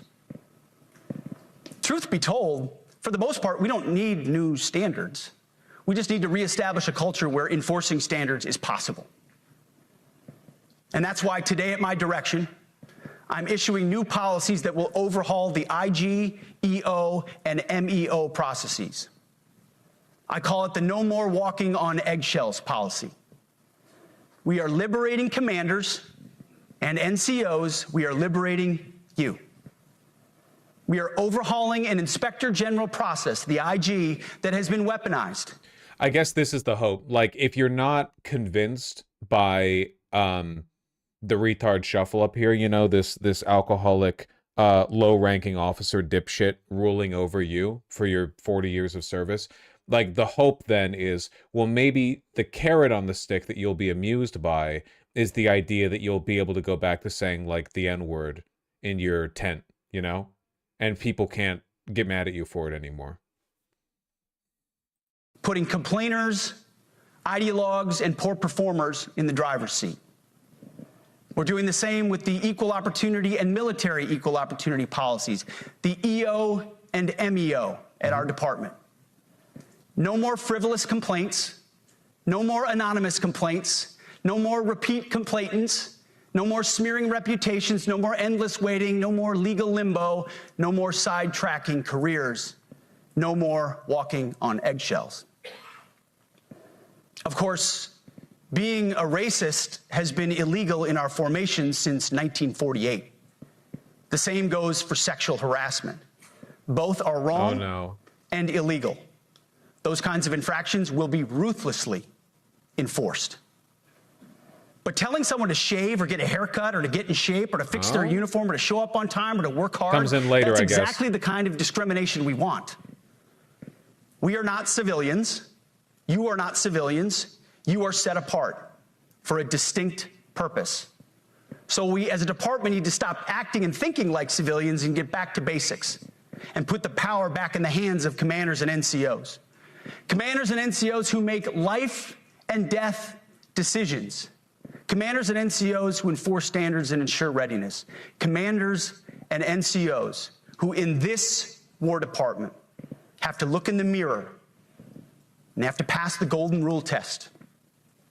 My kids, your kids, America's sons and daughters. So I urge you all here today and those watching, take this guidance and run with it. The core of this speech is the 10 directives we're announcing today. They were written for you, for Army leadership, for Navy leadership, for Marine Corps leadership, for Air Force leadership, Space Force leadership. These directives are designed to take the monkey off your back and put you, the leadership, back in the driver's seat. Move out with urgency because we have your back. I have your back. And the Commander-in-Chief has your back. And when we give you this guidance, we know mistakes will be made. It's the nature of leadership. But you should not pay for earnest mistakes for your entire career. And that's why today, at my direction, we're making changes to the retention of adverse information on personnel records that will allow leaders with forgivable, earnest, or minor infractions to not be encumbered by those infractions in perpetuity. Oh, no. People make honest mistakes. Oh, no. And our mistakes should not define an entire career. Otherwise, we only try not to make mistakes, and that's not the business we're in.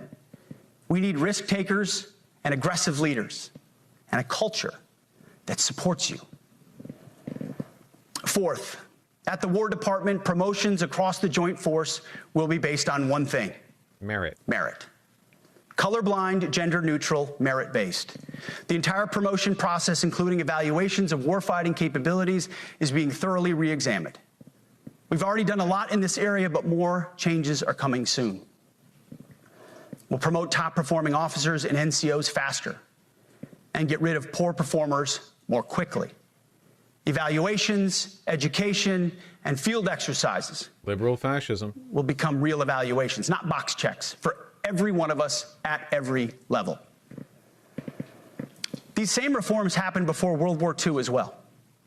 General George Marshall and Secretary of War Henry Stimson did the same thing. And we won a world war because of it. As it happens, when he started the job, Chairman Kane gave me a frame and a photo to hang in my office. A matching frame and photo hangs in his. Okay. It's a photo of Marshall and Stimson preparing for World War II. Those two leaders famously kept the door open between their offices for the entirety of the war. I bet they did. They worked together, civilian and uniform, every single day. Chairman Kane and I do the same. There is no daylight between us. Our doors are always open. Our job together is to ensure our military is led by the very best, ready to answer the nation's call. Fifth, as you have seen, and the media has obsessed over, I have fired a number of senior officers since taking over. Really? The previous chairman, other members of the Joint Chiefs, combatant commanders, and other commanders. The rationale for me has been straightforward. It's nearly impossible to change a culture with the same people who helped create or even benefited from that culture, even if that culture was created by a previous president and previous secretary. My approach has been simple. When in doubt, assess the situation, follow your gut, and if it's the best for the military, make a change. Is that seriously the best you're going to offer, man? All those shakeups at the Pentagon, all the investigators fired, top brass fired. You're looking at a bunch of generals. This is the best you've got. My tummy told me you have to out with the old, in with the new. Yep.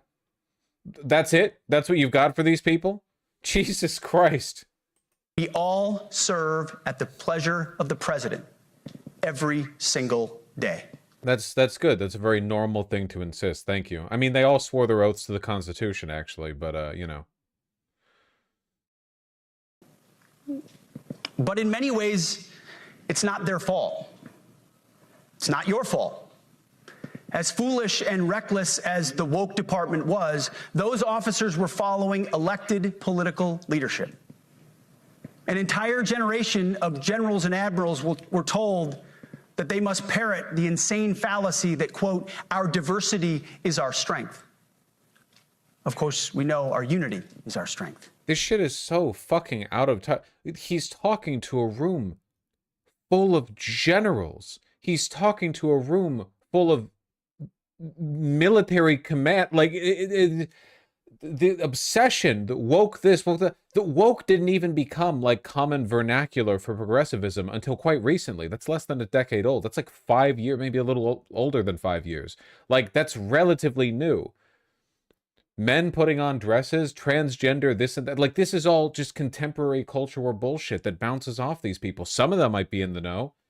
Like, have you tried, can you imagine talking to a general about this? This would be cringe at a state college graduation. 100%. Absolutely it would. They had to put out dizzying DEI and LGBTQI+. Like this is nothing to that. It's gibberish. Statements. They were told females and males are the same thing, or that males who think they're females is totally normal. They were told that we need a green fleet and electric tanks. They were told to kick out Americans who refuse an emergency vaccine. They followed civilian policies set by foolish and reckless political leaders.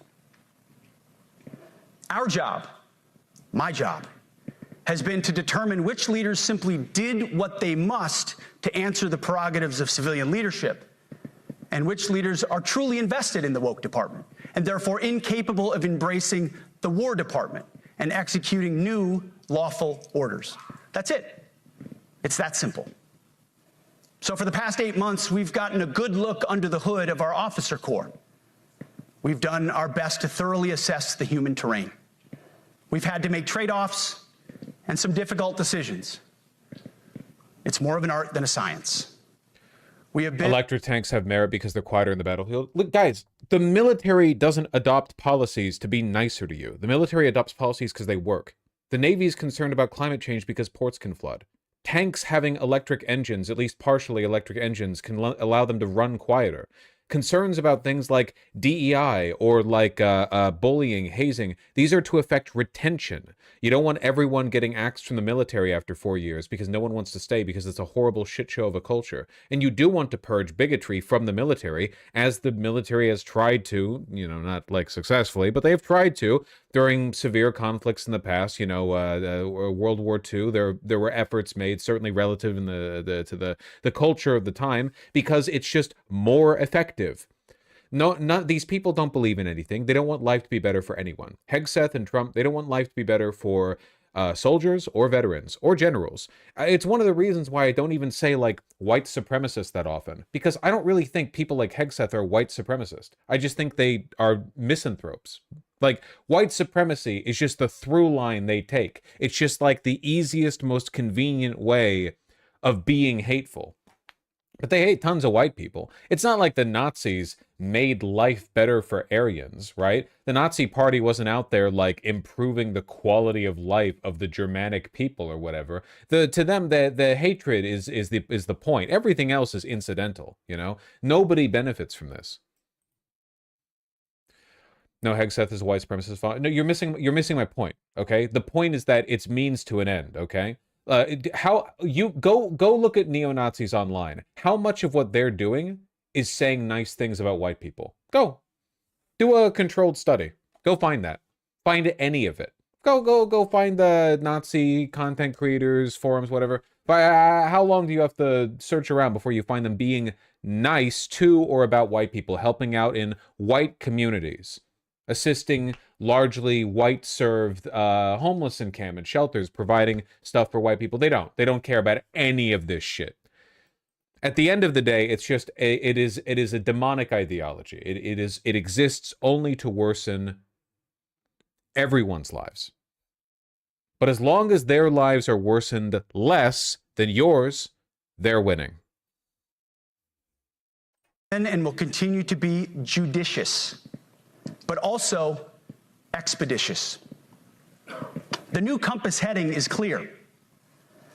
Out with the Shirellis, the McKenzies, and the Millies, and in with the Stockdales, the Schwarzkopfs, and the Pattons. More leadership changes will be made, of that I'm certain. Not because we want to, but because we must. Once again, this is like... Did I stroke out? Shirellis, the McKenzies, and the Millies, and in with the Stockdales, the Schwarzkopfs, and the Pattons. More leadership changes will be made, of that I'm certain. Not because we want to, but because we must. Once again, this is life and death. The sooner we have the right people, the sooner we can advance the right policies. Personnel is policy. But I look out at this group, and I see great Americans. Leaders who have given weak, fake loyalty test. No nuts on the table, man. No nuts on the table. Guys, can you become fascist? When we deploy the Pentagon for real to U.S. cities to suppress left dissidents, can you like let us do it? Will you let us do it? We'll let you say the N-word. You can rape female recruits. You can do it again. We won't get you in trouble. You'll be fine. Just like don't do it in public or something. It'll all be great. Okay? Can you let us do it? Fake ass loyalty test. Decades to our great republic, at great sacrifice to yourselves and to your families. But if the words I'm speaking today are making your heart sink, then you should do the honorable thing and resign. We would thank you for your service. But I suspect... Fake ass fucking loyalty test, man. Fake ass fucking loyalty test. You don't serve the Constitution or the country. You actually serve me and the president. And I'm not gonna like demand you resign, but it'd be like really nice if everyone who disagrees with me could clear the way so we can appoint, you know, a bunch of lower ranking officers to your position, people who are loyal. I know. The overwhelming majority of you feel the opposite. These words make your hearts full. You love the War Department because you love what you do, the profession of arms. You are hereby liberated to be an apolitical, hard-charging, no-nonsense, constitutional leader that you joined the military to be. We need you locked in on the M. Locked in. Not the D, the E, or the I. Not the DEI or the DIE of dime. By that I mean the M. Military, of the instruments of national power. TED Talk. TED Talk. We have entire departments across the government dedicated to diplomatic, informational, and economic lines of effort. We do the M. Nobody else does. And our GoFos need to master it in every domain and every scenario. No more distractions, no more political ideologies, no more debris. Now, of course, we're going to disagree at times. We would not be Americans if we didn't. Being a leader in a large organization like ours means having frank conversations and differences of opinion. You can tell he's never dealt with generals. Oh yeah, how often does HEGSETH actually communicate with the brass of the Pentagon? It seems like he spends all of his time in front of cameras or with Trump, you know? He's not... I imagine like most of the people in this administration, in this cabinet, they do not spend any time at their respective departments at all. Like, how often do you think Pam Bondi is actually over there at the DOJ, like, doing work? No fucking way. None of these people are doing work or mingling with their. They probably have like a right-hand man who they use as an intermediary between them and the department that they work with, and that's it, you know? You will win some arguments, and you will lose some arguments. But when civilian leaders issue lawful orders, we execute. We are professionals in the profession of arms. Our entire constitutional system is predicated upon this understanding. Now, it seems like a small thing, but it's not. This includes as well the behavior of our troops online. To that end, I want to thank and recognize the services for their new proactive social media policies. Use them.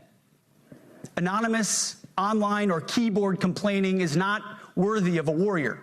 It's cowardice masquerading as conscience. Anonymous, unit-level social media pages that trash commanders, demoralize troops, and undermine unit cohesion must not be tolerated. Again, O3s, E6s. Sixth, we must train and we must maintain. Any moment that we are not training on our mission or maintaining our equipment is a moment we are less prepared for preventing or winning the next war. That is why today, at my direction, we are drastically reducing the ridiculous amount of mandatory training that individuals and units must execute. We've already ended the most egregious. Now we're giving you back real time. Less PowerPoint briefings and fewer online courses, more time in the motor pool, and more time on the range. Our job is to make sure. But that's training. What do you mean like diversity is that what you mean? Diversity training? What? Now listen, I'm just a civilian, but I'm pretty confident that, you know, listening to diversity is our strength type, you know, meetings and PowerPoints is probably a very small percentage of a soldier's, you know, day to day. You have the money, equipment, weapons, and parts to train and maintain, and then you take it from there. You all know this because it's common sense. The tougher and the higher the standards in our units, the higher the retention rates in those units. Warriors want to be challenged. Troops want to be tested. When you don't train and you don't maintain, you demoralize.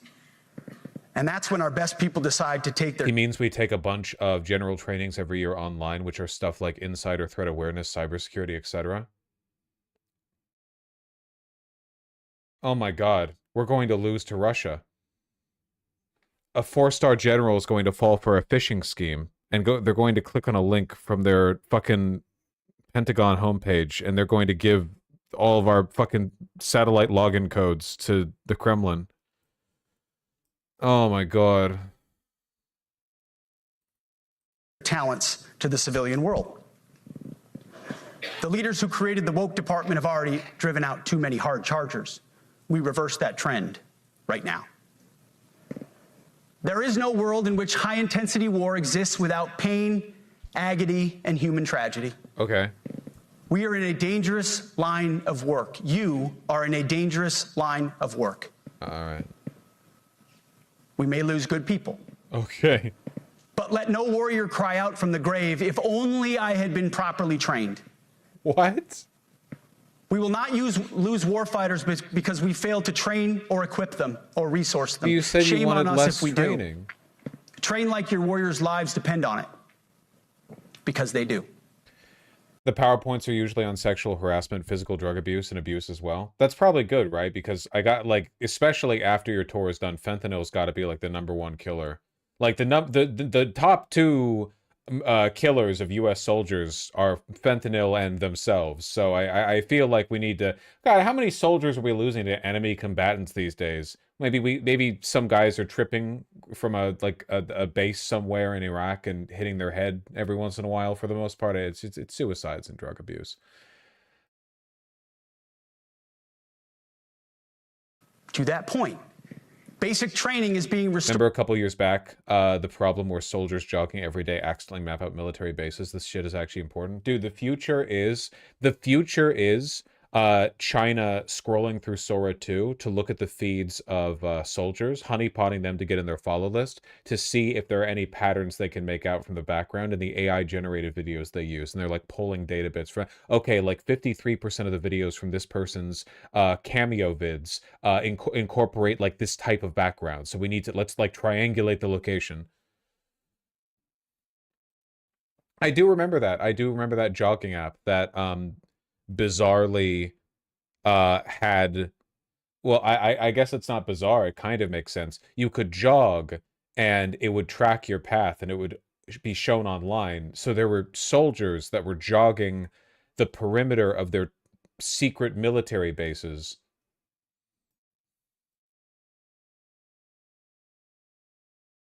It's pretty funny. Oh, jogging, I thought you said joking. No, the fuck you didn't. No, you fucking did. You run that line with the ladies? You text her and you're like, oh yeah, I'm having a good day. I'm out at the park. And she's like, oh, send me a pic. And then you 30 seconds later, sweaty, having run to the bathroom, sending a dick pic. I thought you meant, oh, I'm sorry. That was my mistake. I thought when you said send a pic, I know no one was mentioning it. It hadn't come up. I thought, my mistake. Restored to what it should be. Scary, tough, and disciplined. We're empowering drill sergeants to instill healthy fear in new recruits, ensuring that future warfighters are forged. Yes, they can shark attack, they can toss bunks, they can swear, and yes, they can put their hands on recruits. This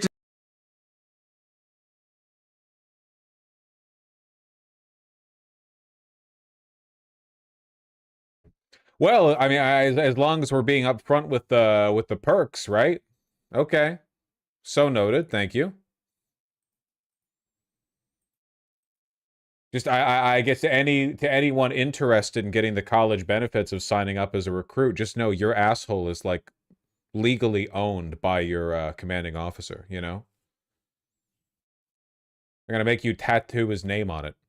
Does not mean they can be reckless or violate the law, but they can use tried and true methods to motivate new recruits, to make them the... It's all such like gay performance art, motivated by people who love their tweets and love their movies, but have never actually... I mean, he has been in the military. I guess it didn't have much of an effect on him. In no world is a military... This is the same shit that led to that embarrassing like Russian VDV, remember? Oh, the elite Russian paratroopers. There they go, dying of exposure as they sink into the deep blue because their idiot fucking paratrooper landing at the, what was it, the Kiev airport fucked up? And they ended up getting dumped in the river?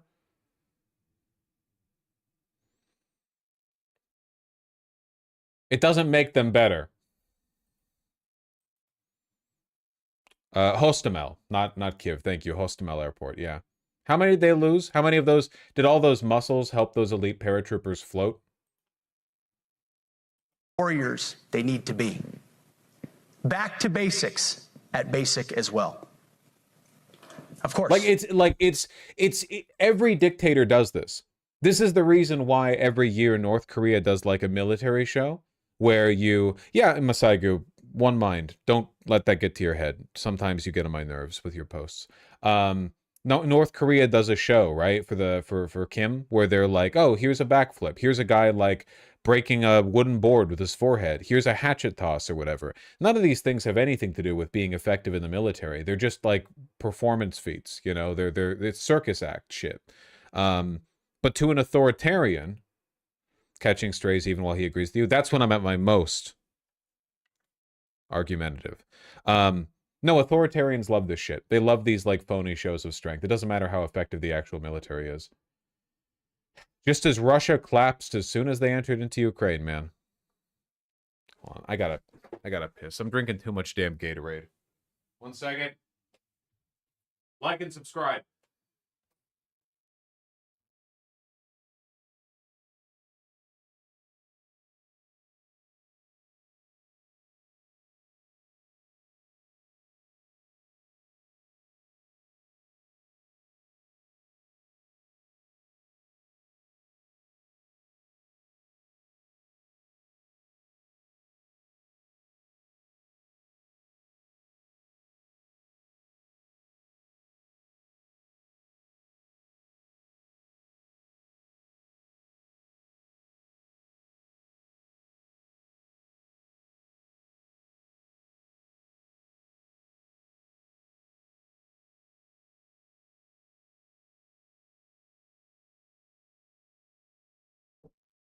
Okay.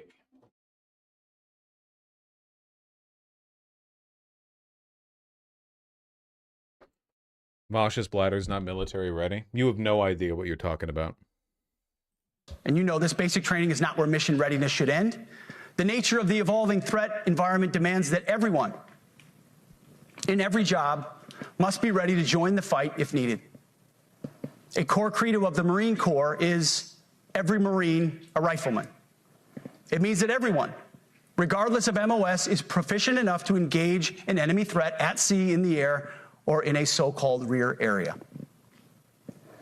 We need to ensure that every member of our uniformed military maintains baseline proficiency in basic combat skills, especially because the next war, like the last, will likely not have a rear area. Finally, as President Trump rightly pointed out when he changed the department name, the United States has not won a major theater war since the name was changed to the Department of Defense. I think this is a reference to the fact that they're intending on invading U.S. cities. We'll get to it in a bit, but Trump says so multiple times as well. I think what he's saying is like you're not going to have like a safe front because you're going to be doing domestic work. In 1947, one conflict stands out in stark contrast: the Gulf War. Why? Well, there's a number of reasons, but it was a limited mission with overwhelming force and a clear end state. But why did we execute and win the Gulf War the way we did in 1991? There's two overwhelming reasons. One was President Ronald Reagan's military buildup gave an overwhelming advantage. And two, military and Pentagon leadership had previous formative battlefield experiences. The men who led this department during the Gulf War were mostly combat veterans of the Vietnam War. They said never again to mission creep or nebulous end states. The same holds true today. Our civilian and military leadership is chock full of veterans from Iraq and Afghanistan who say never again to nation building and nebulous end states. I think that's actually not true, right? It's part of the retention problem, right?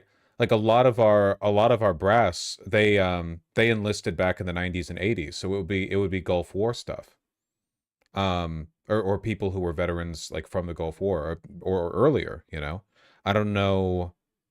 I can't imagine many people in this room today who are like generals came out of it from Iraq and Afghanistan. Some of them, surely, but not the majority, I don't think.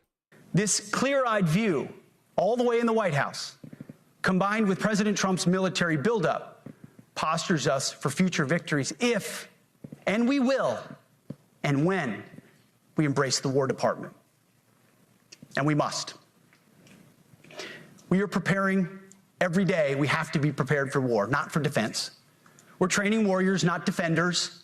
We fight wars to win, not to defend.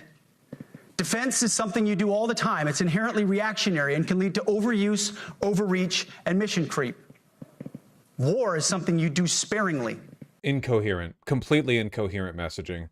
We fight war for peace. We fight war to defend the homeland. Defense is for losers, which is why we want war. Defense is reactionary. On our own terms and with clear aims, we fight to win. We unleash overwhelming and punishing violence on the enemy. We also don't fight with stupid rules of engagement. We untie the hands of our warfighters to intimidate, demoralize, hunt, and kill the enemies of our country. No more politically correct and overbearing rules of engagement. Yeah, they're 100%. Again, we're going to see more of this with Trump, but they're 100% gearing up. Like, what they want is the Pentagon to sign off on deployment domestically. So, fuck war crimes, fuck, I guess fuck, like, the idea that there are war crimes. Fuck all those considerations, fuck ethics, and fuck the law. Like, we're sending your ass to Chicago. Just common sense, maximum lethality, and authority for warfighters. That's all I ever wanted as a platoon leader. And it's all my E6 squad leaders ever wanted, back to that E6 rule. We let our leaders fight their formations. and then we have their back. It's very simple, yet incredibly powerful. A few months ago, I was at the White House when President Trump announced his Liberation Day for America's trade policy. It was a landmark day. Well, today is another Liberation Day. The liberation of America's warriors. This isn't going to work. I don't know a single soldier who wants to kill civilians. For the most part, I think you are correct. People who are like desperate for a day of the rope, who want a big fascist uprising, are likely to join the DHS. The DHS requires fewer commitments on sign-up, potentially pays more, it demands less of you, they have no physical requirements, it allows you to be much more aggressively bigoted with much less oversight. You get to wear a mask and brutalize black and brown people or journalists or whatever. I don't think for the most part people are signing up with the military to do that. It's so roundabout. And fascists, for the most part, are weak and cowardly. Like, these are, generally speaking, the worst of us. They are the worst people. So they're going to want to join up with the DHS, you know. Aren't there also a ton of immigrants in the armed forces? Yeah, but I wouldn't hedge on that. For me, it's not like a lot of immigrants, you know, support Trump. It's not necessarily that. I guess for me, it's just more that, I don't know. So far, the Marines they didn't do anything. The Marines didn't do anything in LA. Even the National Guard basically did nothing. The National Guard's just like, yeah, picking up trash, you know, whatever. For them, I guess it's just like sleeping on the floor of a hotel room and walking around during the day. Maybe it's more fun for them than being on base. There's just not that much bloodlust from them. I don't know. In name, in deed, and in authorities. You kill people and break things for a living. You are not politically correct and don't necessarily belong always in polite society. Mm-hmm. We are not an army of one. We are a joint force of millions of selfless Americans. We are warriors. What? We are purpose-built, not for fair weather, blue skies, or calm seas. We were built to load up in the back of helicopters, 5 tons, or Zodiacs, in the dead of night. What? In fair weather or foul. We was kings. To go to dangerous places, to find those who would do our nation harm, and deliver justice on behalf of the American people in close and brutal combat, if necessary. You are different. We fight not because we hate what's in front of us. We fight because we love what's behind us. You see, the Ivy League faculty lounges will never understand us, and that's okay, because they could never do what you do. A lot of these guys graduated from West Point. They don't really have a beef with academia. That's not... You guys have a beef with academia because you're all retarded and actively antagonistic to the truth. They're West Point graduates. They're literally military academies. What is this? The media will mischaracterize us, and that's okay. Us. Like, he's like, Blood thinks he's part of the team. Deep down, they know the reason they can do what they do is you. In this profession, you feel comfortable inside the violence so that our citizens can live peacefully. Lethality is our calling card, and victory our only acceptable end state. Also, military brass quite often go back and forth from academia back to the military. Yeah, because ideally, you would want your 4-star generals to be smart. I'm not going to glaze the Pentagon and all the behavior they've engaged in, all the wars they've waged and the crimes they've committed, but for the most part, we do have a very effective military, you know, compared to our peers, if there are any peers. In large part, that is because the military is served not as a political apparatus of the president, but as a, you know, a bureaucratic administration that focuses on its own goals. It's the same reason why historically the FBI has been effective, you know, in achieving its goals. More so, at least, and more publicly than the CIA. The FBI does a lot of routine day-to-day stuff. I think the CIA's missions historically have been riddled with a lot of embarrassments and failures. What get declassified at least, and I think that's because it's possible to. Well, you can't be a police officer apolitically, obviously, but for the FBI, you know, a lot of them, in a bureaucratic fashion, you're fulfilling a purpose. It's a little bit more regimented. Sometimes it feels like the CIA is just getting silly with it. Whatever, I'm rambling. In closing, a few weeks ago, at our monthly Pentagon Christian prayer service, I recited a commander's prayer. It's a simple yet meaningful prayer for wisdom for commanders and leaders. I encourage you to look it up if you've never seen it. But the prayer... Seriously?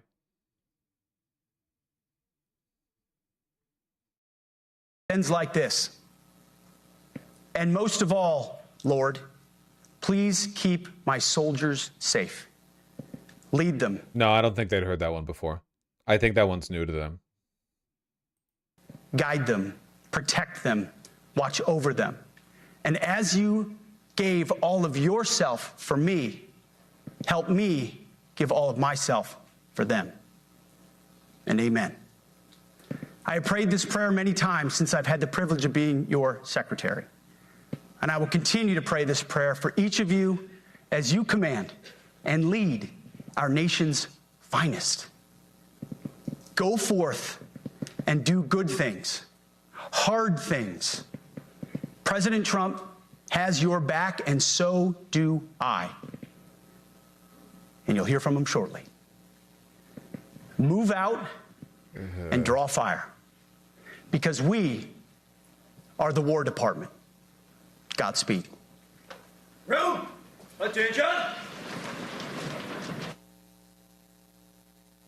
Past the top of the hour now. That was Defense Secretary Pete Hegseth addressing top military brass, starting off by saying, welcome to the Department of War, laying out plans that focus, he says, on peace through strength. He heavily criticized diversity programs. Yeah, I was there. Thank you. Dude, I've seen bits from the Trump speech. It's real. Oh, fuck, he comes back out to introduce him. Heard from me. So now it's the main event. Our commander-in-chief. I have the privilege. Look at this crowd, man. Can you imagine that fucking soy dance performing that in front of this crowd? Insane. Go out there, men. Do good things. Draw fire. And you're talking to a bunch of 65-year-old academics who have the military equivalent of a PhD. Did they call that PhD? What's the top? Do they still call that a PhD? What's the highest level of accreditation that you can get from West Point? It's still called PhD? Okay.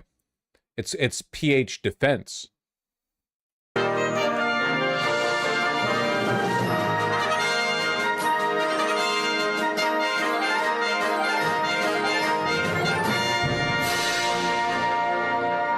We're all on the same team. And I was told that, sir, you won't hear a murmur in the room. I said, we had to loosen these guys up a little bit. So you just have a good time. But I want to thank Secretary Hegseth and General Kane, General Raisin Kane for a reason, they call him that. When I heard his name, I said, you're the guy I'm looking for. The Joint Chiefs of Staff and so many others in this room who together represent the greatest and most elite fighting force in the history of the world, the United States military. We're very proud of our military. I rebuilt the military during my first term. It's one of the greatest achievements. We had the greatest economy in history, and I built the military. Those are the two things I say more than anything else. And I also kept us safe at the borders. We had very good borders. We didn't have people coming in from jails and prisons and everything like mental took asylums place over the last 4 years. They'll never forget what happened to this country over the last 4 years with the incompetence. There could be no higher honor than to serve as your commander-in-chief. It is a great honor.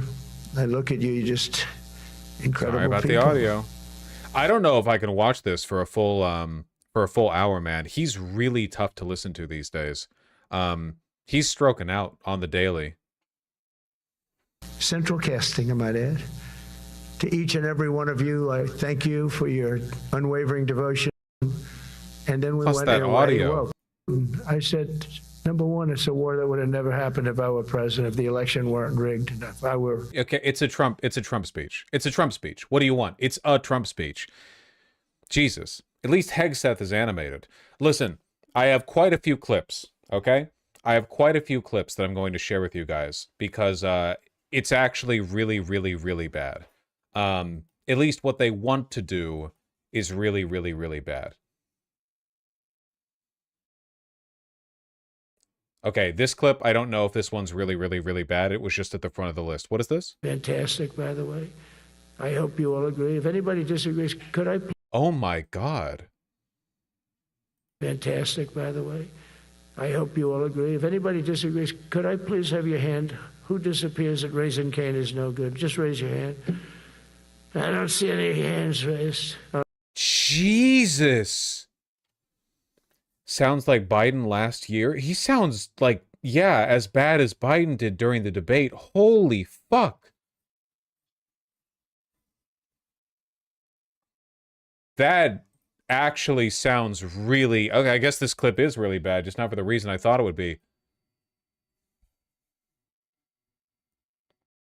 Fantastic, by the way. I hope you all agree. If anybody disagrees, could I please have your hand? Who disappears at Raising Cane is no good. Just raise your hand. I don't see any hands raised. All right. That means you're okay. That means that he's okay now, but I saw his results. You know, he took out... What the hell is he saying? I don't... Okay. All right. So he's dying.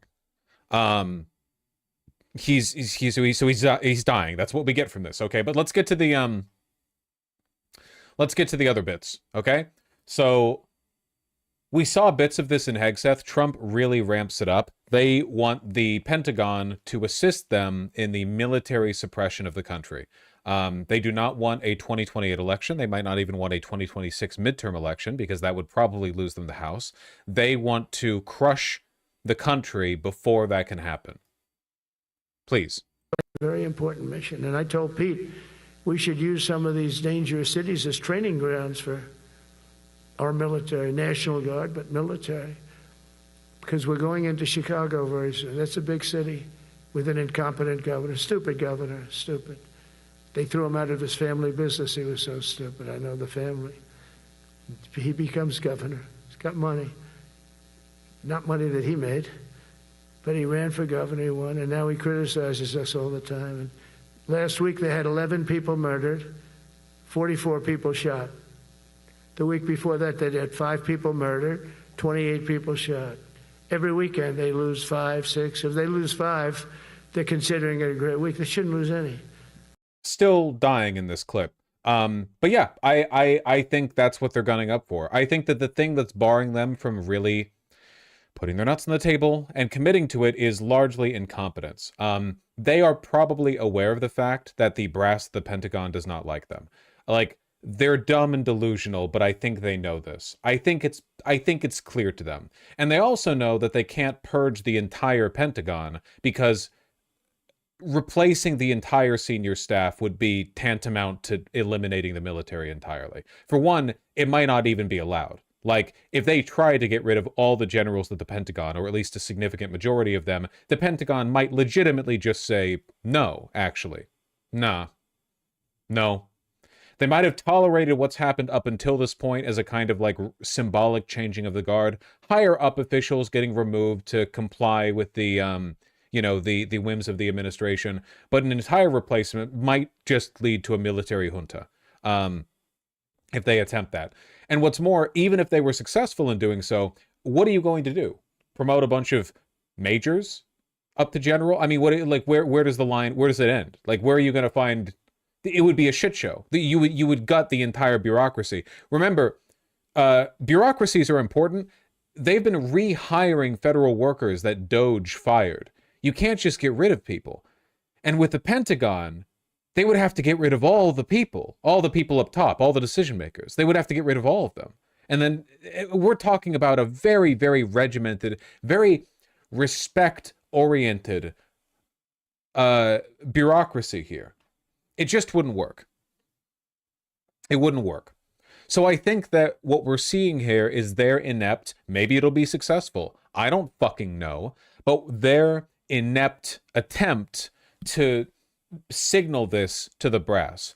But weirdly, rather than doing this the way you'd think an authoritarian would. Now, okay, I'm not trying to, if I was dictator, here's how I'd do it. But I feel like the play here would be to quietly, passively coerce and threaten small groups of military leadership over time and make your replacements gradually so you reach a tipping point, kind of a boiling frog, frog in a pot situation, right? But they fired some of the top brass right at the beginning, and they said they want to cut staff by 20%, but that's not the same. And also, the staff cuts need to be directed directly by the White House to make sure their ideological enemies are being removed, which means that they can't really do it in like if they just cut 20% based on, budget or what you flip a coin or whatever, you're not going to get the results you want.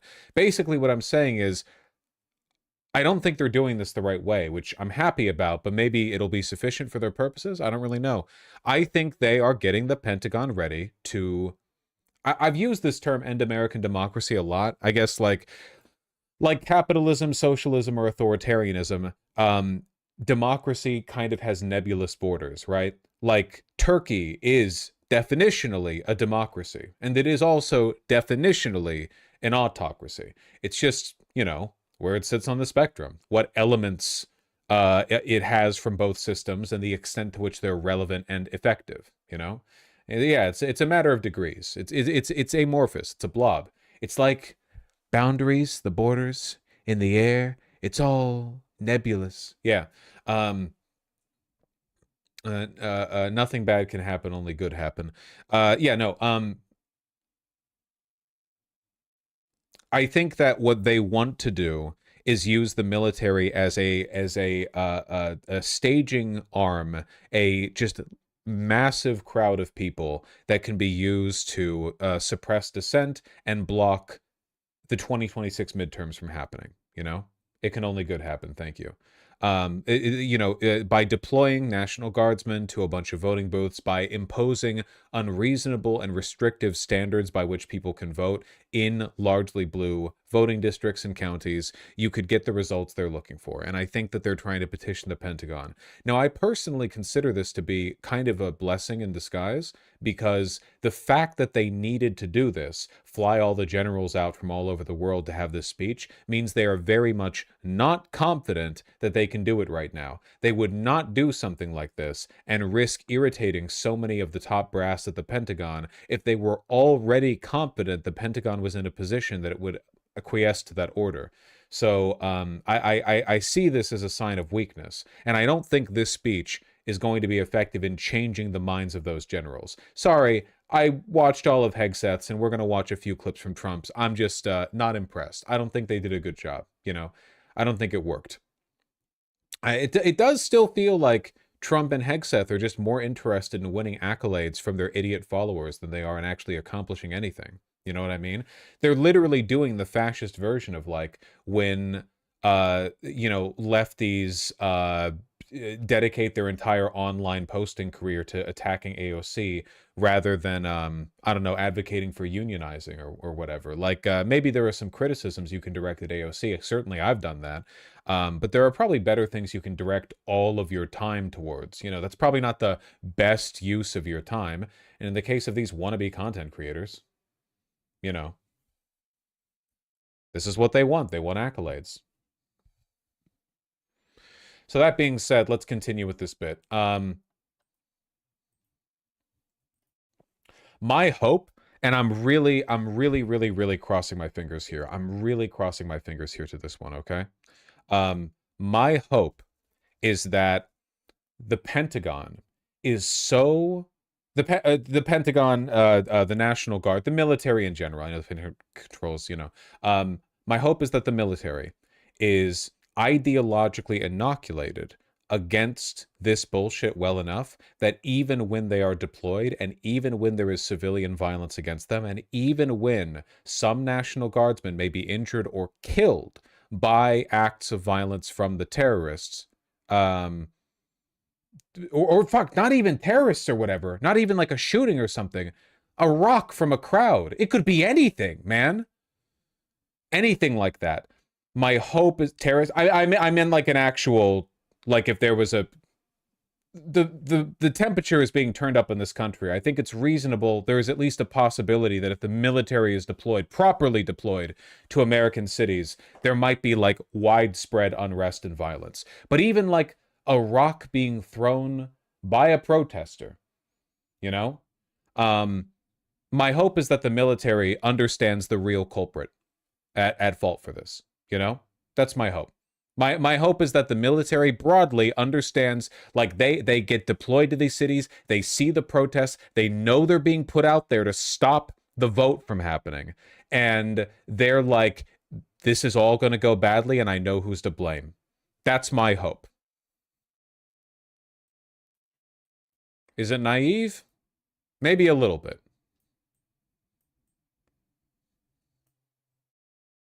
Fire department. I always put the fire department in because they're great. They're great. And I got 95% of their vote, too. That helps.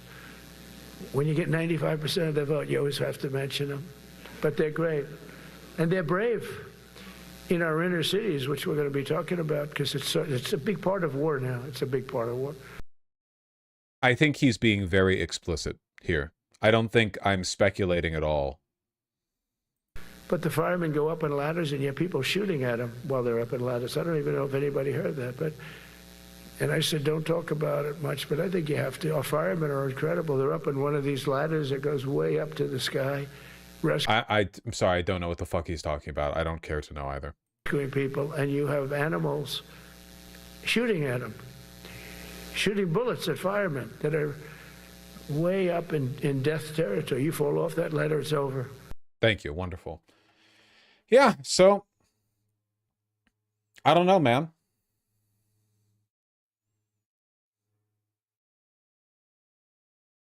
The context is literally on the bottom of the screen. Oh, you mean the bottom of your screen because you have me full screened.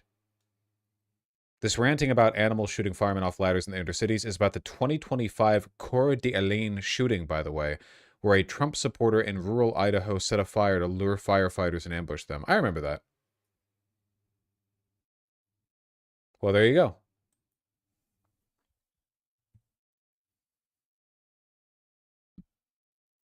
I forgot about that. Yeah, if you pay attention to the media, sometimes it can be difficult to remember that almost every act of targeted political violence is done by right-wingers because they're fucking insane.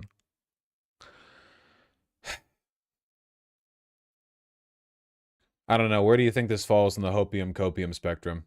I mean, it's really grim stuff. The president's just openly talking to the Pentagon here, saying, get ready to be deployed into American cities. Like, it's about as explicit as it gets, you know? But at the same time, I just think the way they're going about it indicates a lot of incompetence on their part. And it suggests weakness, and it suggests that...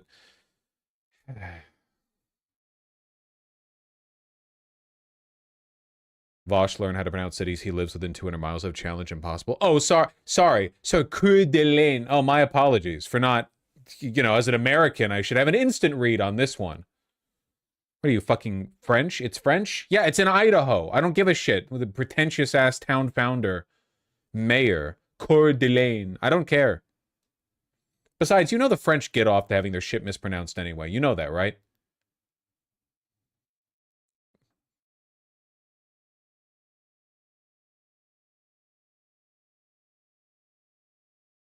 Do they? Yeah, because then they feel better than you. They love that shit. Unk likely has a big tablet as a keyboard. I've been unk-pilled with my fucking ergonomics lately. The way I'm like, my monitor is so large and so close to my face that I'm like looking at the bottom of the monitor like this and at the top like this. It's crazy. My neck hurts like crazy, man. Oh, hold on. We actually do get off on having our shit mispronounced, and that's from Francois Chatier over in YouTube chat. So I would say that's pretty, unless that's a Spanish name. But I know Spanish a little better, so. Gotta raise that monitor. Nope, that is not the thing I need to do to it, actually.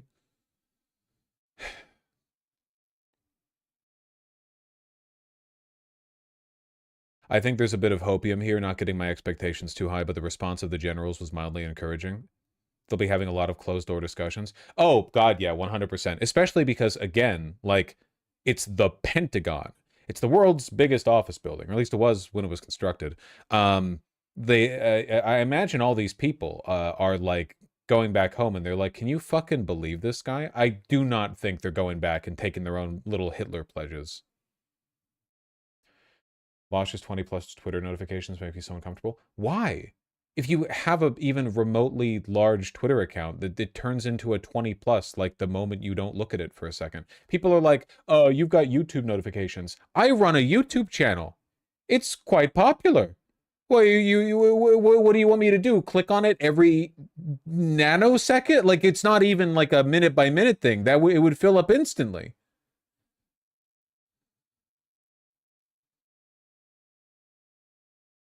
Bro, charge your phone.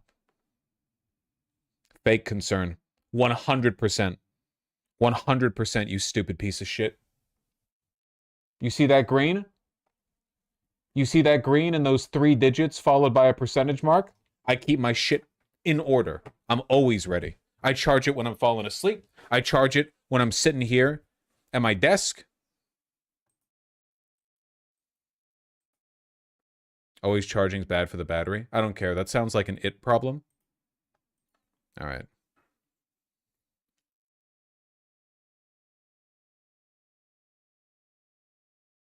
Last one, just for fun. I thought would be met with fury on the left, but they're sort of giving up, I must be honest with you.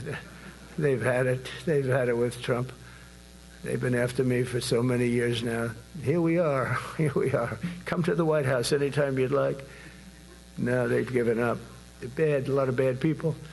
But all over, that's been so popular. It's been very popular. I really thought that we were going to have to sort of fight it through. There's been no fight. There's been no fight.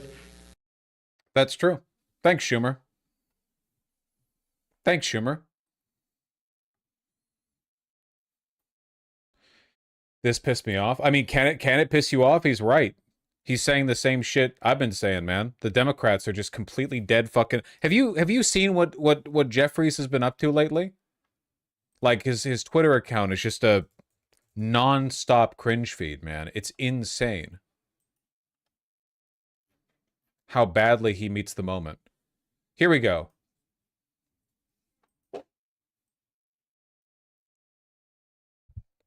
$9K likes, 6K comments. Bigotry will get you nowhere. Cancel the cuts, lower the cost, save healthcare. We are not backing down. And it's this picture.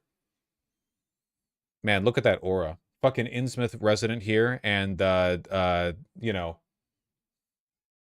those APAC pastries spilling out over the belt. Looking good. How do you fuck this up when you're wearing high-rise trousers? Anyway, they're gonna fold.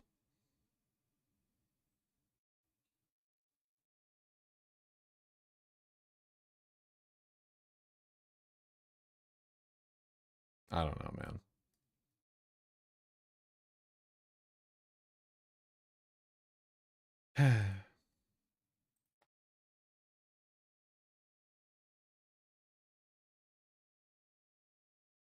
This one is worse. Oh, yeah. God, fuck, man.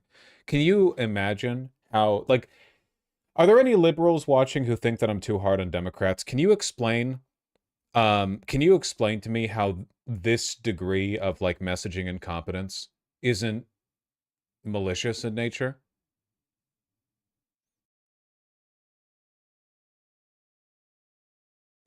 Vosh, if they fold, can I put some DIY HRT resources in your server? Hey, if they fold and the government makes it illegal to do a thing, can I promote illegal activities on your Discord server? Fed. Everyone say Fed. Fed. I see you. It wouldn't actually make it illegal. Again, the executive can't create laws. I'm joking, but I'm calling you a Fed anyway. Because it was funny. Because it's funny to me. It's funny to me to make fun of transgender women. You got it out of me. You tortured this information out of me. Are you happy now? Okay.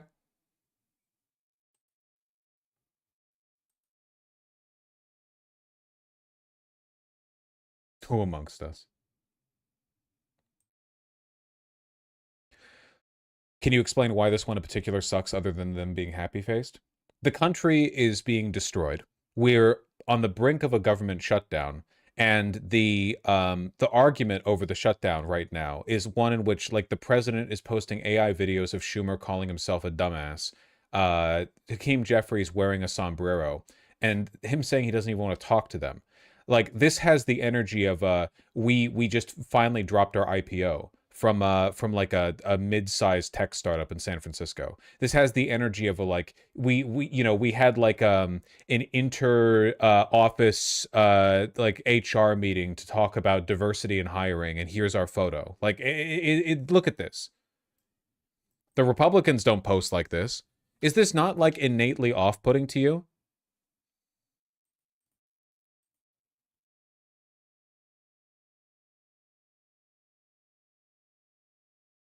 Even the White... Yeah, it's so bad the White House is posting about it. Also, super, super weird that, like, the Democrats look so happy. I don't know. The country is being destroyed. It's pretty fucked up. It's kind of like, what? Why? What's the tone here? What's the energy? Like, it's just, it looks horrible.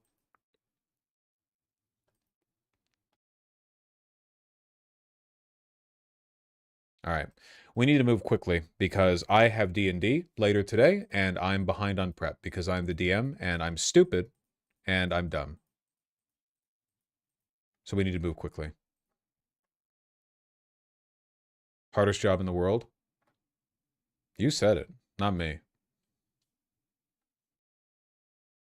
Tell us about your game. You'd hear more about it if you watched the game streams, you fake fan. All right, if you want to throw cats in here, now's the time to do it. Bring one in. Here. All right, come here. What was that? What was that? Are you purring but also menacingly threatening to bat me with your big paw? She's purring. What are you purring about? You're under attack. You're under attack. Void, baby. I'm flattered you're still purring even though I'm giving you the rubs. What? Very good. Very good. Hollow, baby. What the knight sees when he returns from a run back.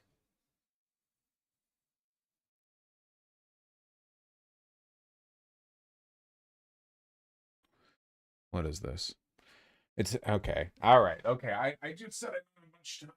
My beautiful partner does not want me to finish D&D prep on time. Hello? It's insane the ability you have to hold a cat upside down and have them stay there.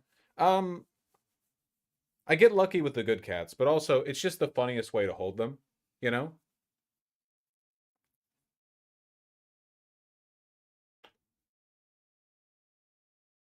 You.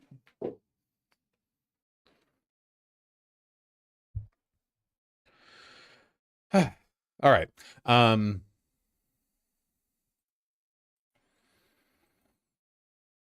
Trump digs in on anti-trans provisions in shutdown fight message. Oh, hey, Aaron Reed. Hello. Don't throw the cat. I disagree. You should always throw the cat. Oh, good. Oh my God. Did he convert? Did he move to the left? What the fuck is this?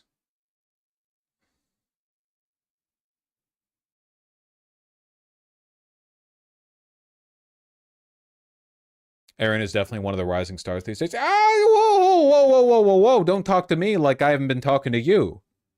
Aaron Reed, to me, is the best place to get news on anything involving the transgenderism epidemic, you know? She does a phenomenal job.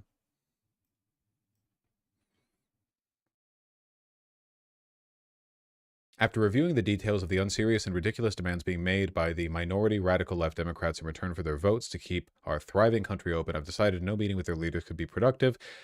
They're threatening to shut down the government of the United States unless they can have over $1 trillion in new spending to continue free healthcare for illegal aliens, force taxpayers to fund transgender surgery for minors, have dead people on the Medicaid rolls, allow illegal alien criminals to steal billions of dollars from our American taxpayer benefits, try to force our country to again open our borders to criminals in the world, allow men to play in women's sports, blah, blah, blah.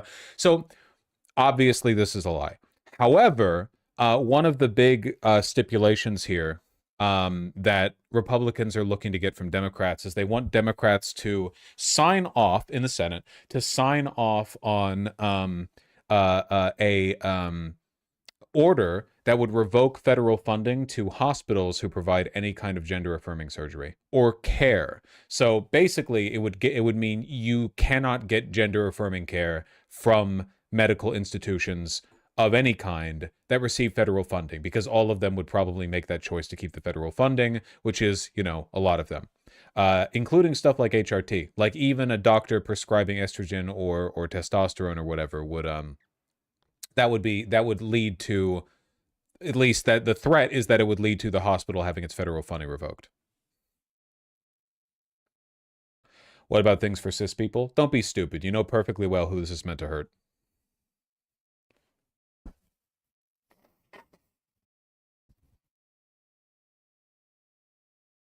It's fucking over. Oh, I didn't say it was over. After all, you've got the two top men from the Democrats looking to defend you and hold firm, Jeffries and Schumer.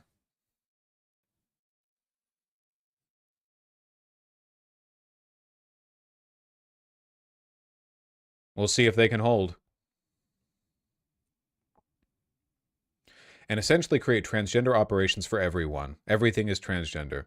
These radical left views and policies is what allowed me to win the presidential election, including all 7 swing states and the popular vote in a historic landslide. There are consequences to losing elections, but based on their letter to me, the Democrats haven't figured that out yet. They're trying to eliminate the popular $50 billion rural and vulnerable hospital fund, which was passed with only Republican votes and proudly signed into law by me. The Democrats in Congress seem to have totally lost their way. They have no idea what it means to put America first, to make America great again. The Republicans are the ones causing this this shutdown. Keep that in mind. They're basically holding the Democrats hostage here, the country hostage. They're saying we could just put forward a bill that would raise the debt limit, but instead we're going to attach all this Hitler shit to it. And if you don't vote for it, you're responsible. You get me.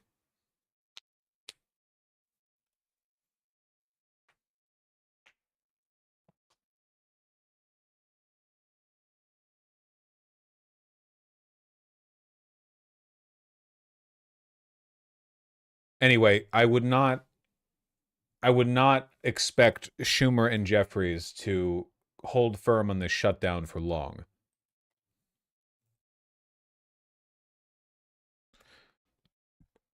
They're very, very weak. Let me see if I can find the most. Here we go. Here they are. It's all in their hands. Well, specifically, it's in Schumer's hands, actually. So we just finished, Hakeem and I finished meeting with the president and the 2 Republican leaders. We had candid, frank discussions. After this meeting, that's when he posted the mariachi music. Can we get that again? Hold on. Just so everyone, because we saw it early in the stream. Hold on. I think I retweeted it. Let me find it. Come on.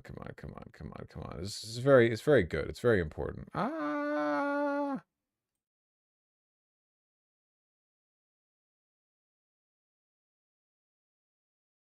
Here we go. No, I want the video. Where's the video? Look, guys, there's no way to sugarcoat it. Nobody likes Democrats anymore. We have no voters left because of all of our woke trans bullshit. Not even black people want to vote for us anymore. Even Latinos hate us. So we need new voters. And if we give all these illegal aliens free health care, we might be able to get them on our side so they can vote for us. They can't even speak English, so they won't realize we're just a bunch of woke pieces of shit, you know, at least for a while until they learn English and they realize they hate us too. So, in case you're wondering how Schumer and Jeffries did in their meeting with the president, he posted that after meeting with them. It was a real discussion. And the 2 issues that were... In fact, let me go to something a little bit more up-to-date. Hours to go till the shutdown. Just heard something that Trump said. Here's what he said. We can do things during the shutdown that are irreversible and bad for them, and irreversible like cutting vast numbers of people out. Well, there it is. Trump admitted himself that he is using Americans as political pawns. He is admitting that he is doing the firing of people if, God forbid, it happens. He's using Americans as pawns, as I said. Democrats do not want a shutdown.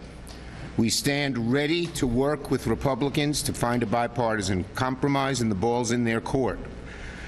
When he says he will do things, he is taking ownership. He is taking ownership. It's just... All the American transgenders in the audience? Man. It must feel nice to know somebody like this is standing up for you. All of your rights being held up like Atlas. Schumer is holding them all on his shoulders. Just like in his first term when he said he will own the shutdown. It's just a point I wanted to make. This is the clip he's referring to. Recent months say about the state of the Democrat Party when they have a 33% favorability rating on average in recent months, and they're willing to shut down the government over health care. They are shutting it down. We're not shutting it down. We don't want it to shut down because we have the greatest period of time ever. I told you, we have $17 trillion being invested, so the last person that wants it shut down is us. Now, with that being said, we can do things during the shutdown that are irreversible, that are bad for them and irreversible by them, like cutting vast numbers of people out, cutting things that they like, cutting programs that they like. And you all know Russell Vought. He's become very popular recently because he can trim the budget to a level that you couldn't do any other way. So they're taking a risk by having a shutdown because of the shutdown. Bluff. Call it. I'm fucking calling it. You're rehiring people that you fired from Doge. Who the fuck are you going to cut? It's not as though the government shutting down is going to allow you to do anything that you wouldn't have the ability to do anyway. Oh, there might be some more legal proceduralism, but you've been breaking the law readily. It's not like it makes much of a difference. I think this is a fucking bluff. Who are you going to cut? Who are you going to cut? Sure, break the government more. Who gives a fuck? It's already on the way out. Hobble yourself. We can do things medically and other ways, including benefits. We can cut large numbers of people out. We don't want to do that. Yeah, do it. Fucking cut benefits. Do it. Do it. Cut benefits. Fucking do it.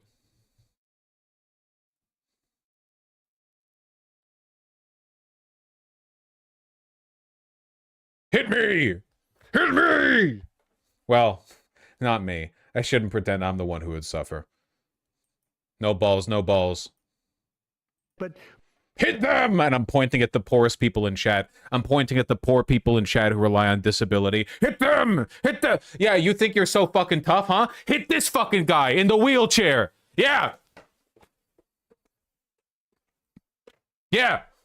We don't want fraud, waste, and abuse. And, we're cutting that. They don't want the shutdown, okay? They're just... They're threats. And anything they do there, they would have done anyway.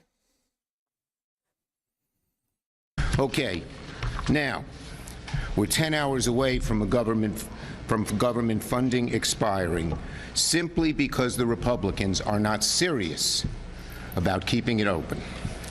Finally, after months of asking, and mounting pressure, Leader Jeffries and I went to the White House yesterday to meet with the President and Republican leaders to find a way forward. And sitting in the room, it was very clear, behind closed doors, that the President hasn't fully grasped the magnitude of the disaster he's causing Americans.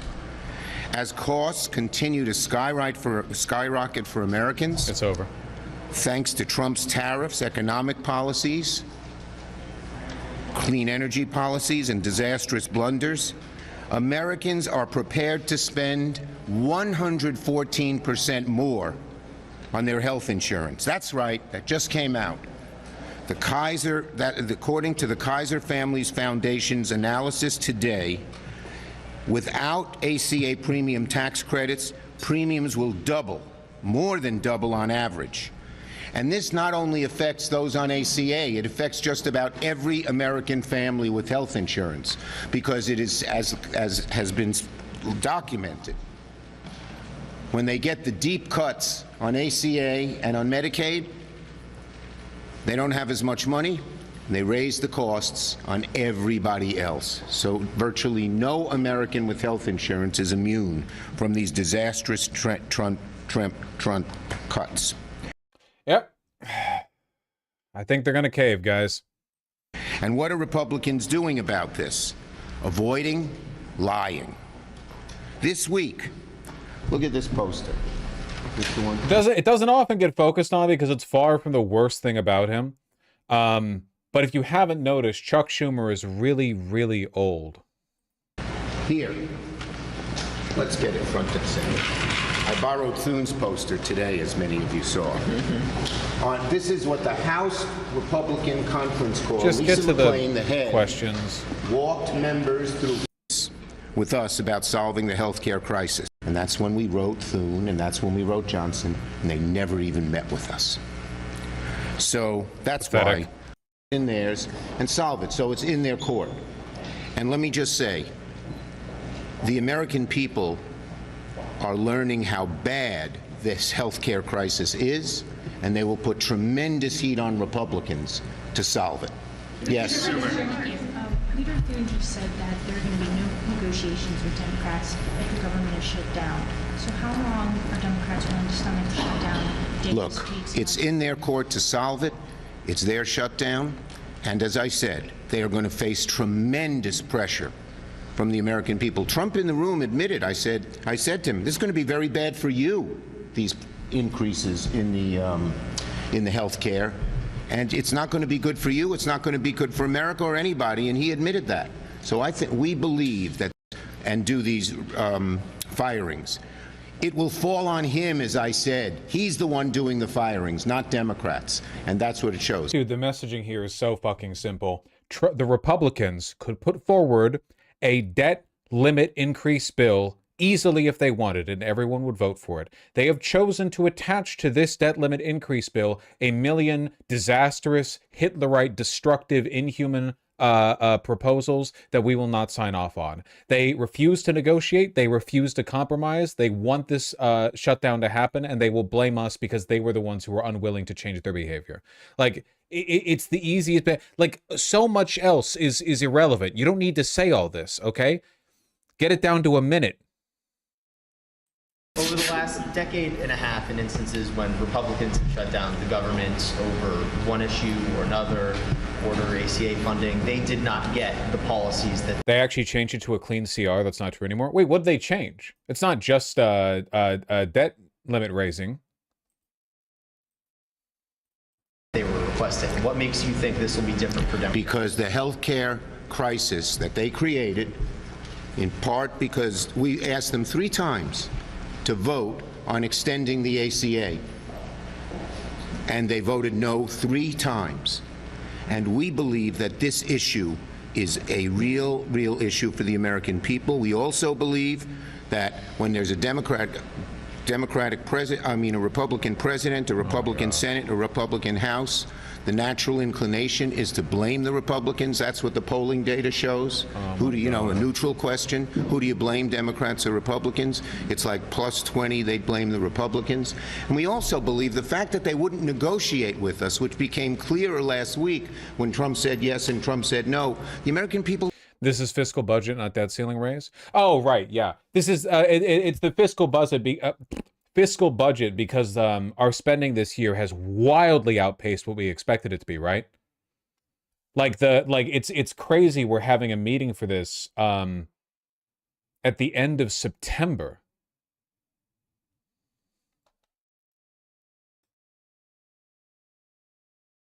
No, the fiscal year is ending. But then why are we arguing about the amount we're allotting?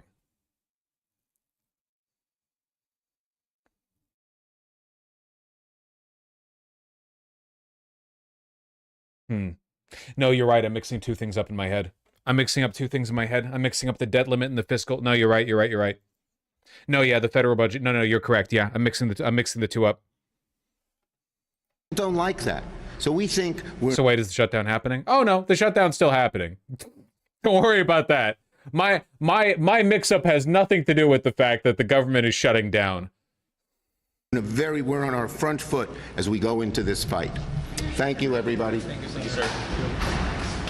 Why is he talking about polls and reports while the country's going into fascist dictatorship? Pollster brain, consultant brain. Why would you ever mention something like that publicly to the press? Polls actually show people blame the other guy more. Okay. Why would you know what? That's not popular messaging. Go find a consultant to give you the percentage of Americans who think it's appealing for politicians to act that way. Just have a message and stick to it.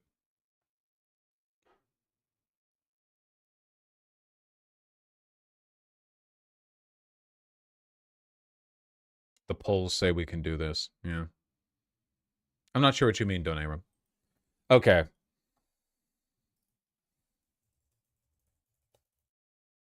I have time for a little more. And then I've got to skedaddle. Guys, it's bad. I need to find tokens. I need to find token art. I need to finish with the fucking stat sheet. Oh, it's bad. Okay, let me run through these.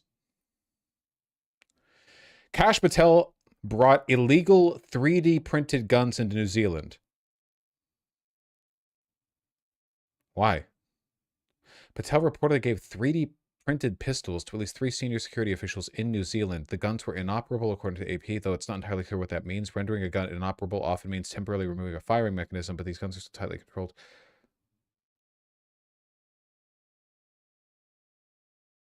Okay.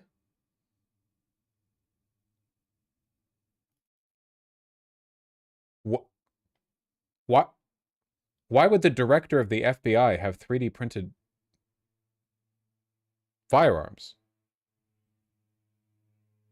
Couldn't he just have normal firearms? What did he bring them for, like, demonstration purposes? Like he was showing a particular attribute or a property of them or something?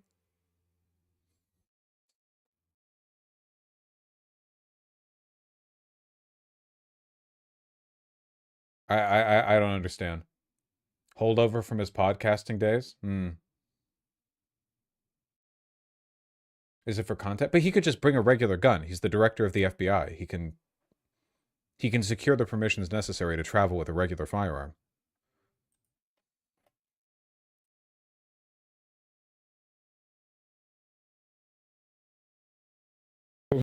The president has said, I hear what they're saying. It's all unserious and ridiculous. In fact, I've listened to their shit, and I tell them to go f themselves.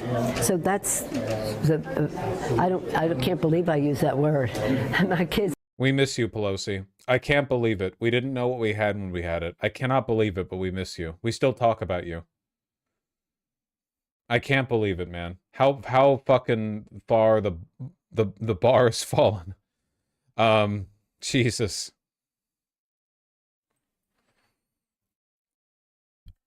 You can blame it all on me. Yeah.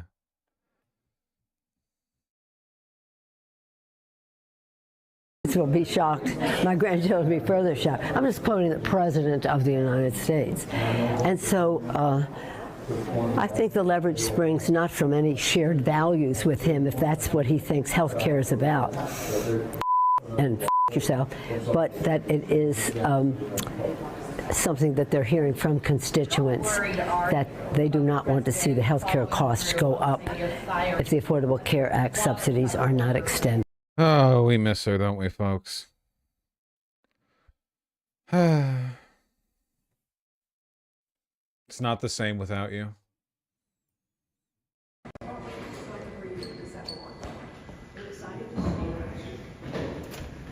What is that collar?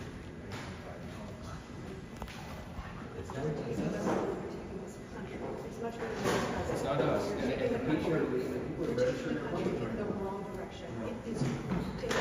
It's great.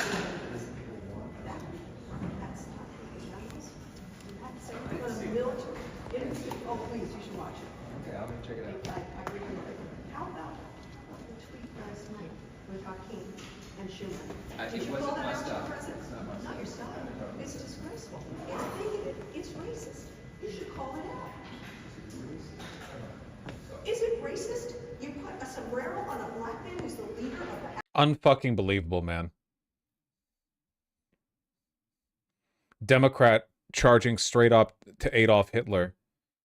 Can you believe what Goring said? It's racist. Unbelievable. You should condemn it immediately. Jesus fucking Christ. You don't see that as racist? We need you desperately to leave. Also, you know what? No. Putting a sombrero on a black man is not innately racist. I'm going to be honest with you. It's stupid and odd. I don't know if that's like innately racist. You need some more context in there or something. I don't know. I'm working. And personally, it's not personal. I love you and I respect you. Okay, we're not disagreeing. I know. That's why I'm talking to you. Still think they're going to scold Republicans into changing their behavior. Let me start with the status of the September jobs report. Will it or won't it be released if there is a government shutdown? There will be a holdup with that report if the Democrats do not come to the table and pass this continuing resolution. It will be on the shoulders of the Democrats if they shut this government down, and that BLS report will be held up. Oh my God. God. We're just a couple of days before it. How much does the number change between a day like today and the Friday before the report is issued? I mean, is it not almost complete at the moment? Nope. Nope. No chance of it being able to be released if the government shuts down.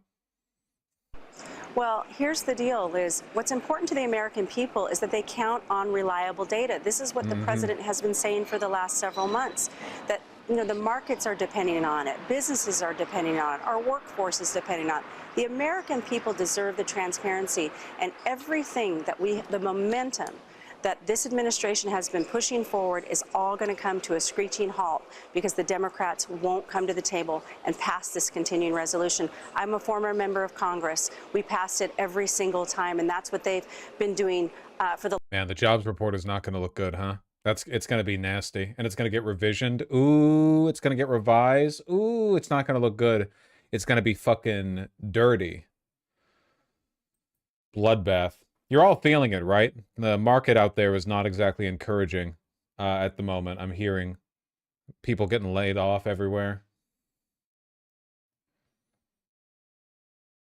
It's going to be fake, right? Well, that's the nice thing when you're dealing with an information void, right? With a dishonest administration, is that if the jobs report is good, it's fake. If it's bad, it's real. Unless it's only a little bad. If it's only a little bad, it should be very bad. That would be the truth. Stay woke. Had a coworker move from Tennessee to Ohio just for a job. Jesus. Was the job living in Ohio? Isn't that work enough?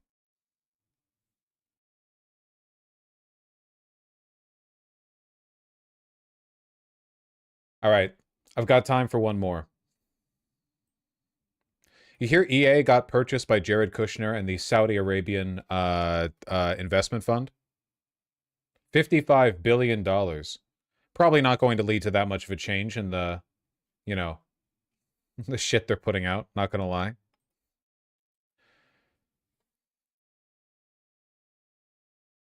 There go their sales. Saudi Arabia tries to sports wash like a motherfucker. They do it with real sports and they do it with esports as well. They just had right now they brought a bunch of comics over. Was it Tim Dillon who was bitching about this? Tim Dillon was like complaining. He was saying, "Yeah, they paid me enough that I'm willing to overlook the slaves." And then the next day he was like, "Well, they fucking canceled my ticket over to Saudi Arabia because I mentioned the slavery." It's not like I was going to complain about it at the show or something.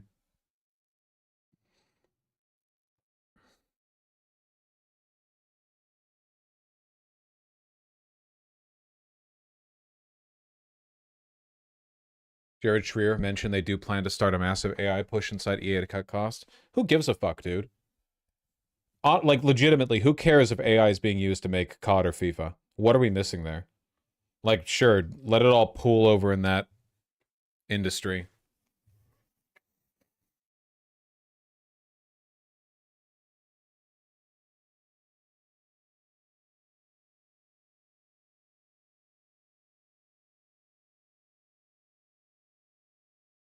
It's also bad because it doesn't seem like good debt. What are you talking about? I don't believe in good debt. I'm anti-debt. My colleagues at Bloomberg report that the $20 billion debt in the EA deal is expected to be rated single B, meaning it is considered a junk loan. Nice. All right. Well, we're doing private equity shit.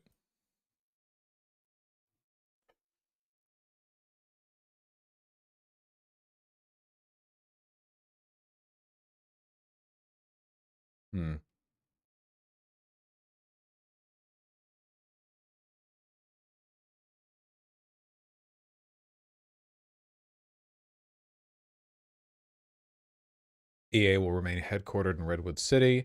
Andrew Wilson will continue to serve as CEO. They're keeping the CEO? Okay.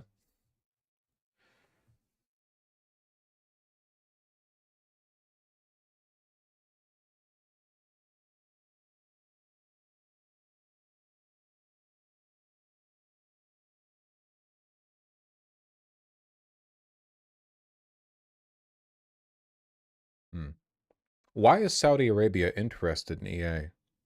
They've been doing this shit for everything, man. They've been having so many esports tourneys over in Saudi Arabia. It's a real test for like the moral fiber of the industry.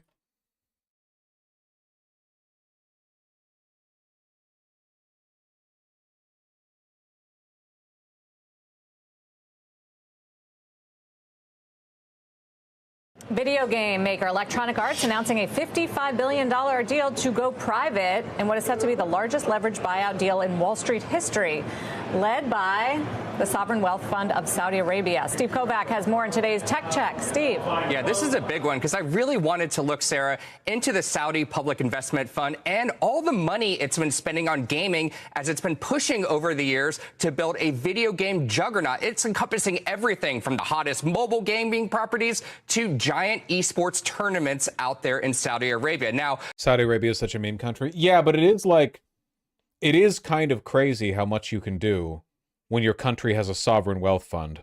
Huh? Like, not to defend them or anything, but it is pretty cool that they have enough money to burn that they can actually do projects with it. Of course, in their case, it's, you know, a petrostate built on slavery, so...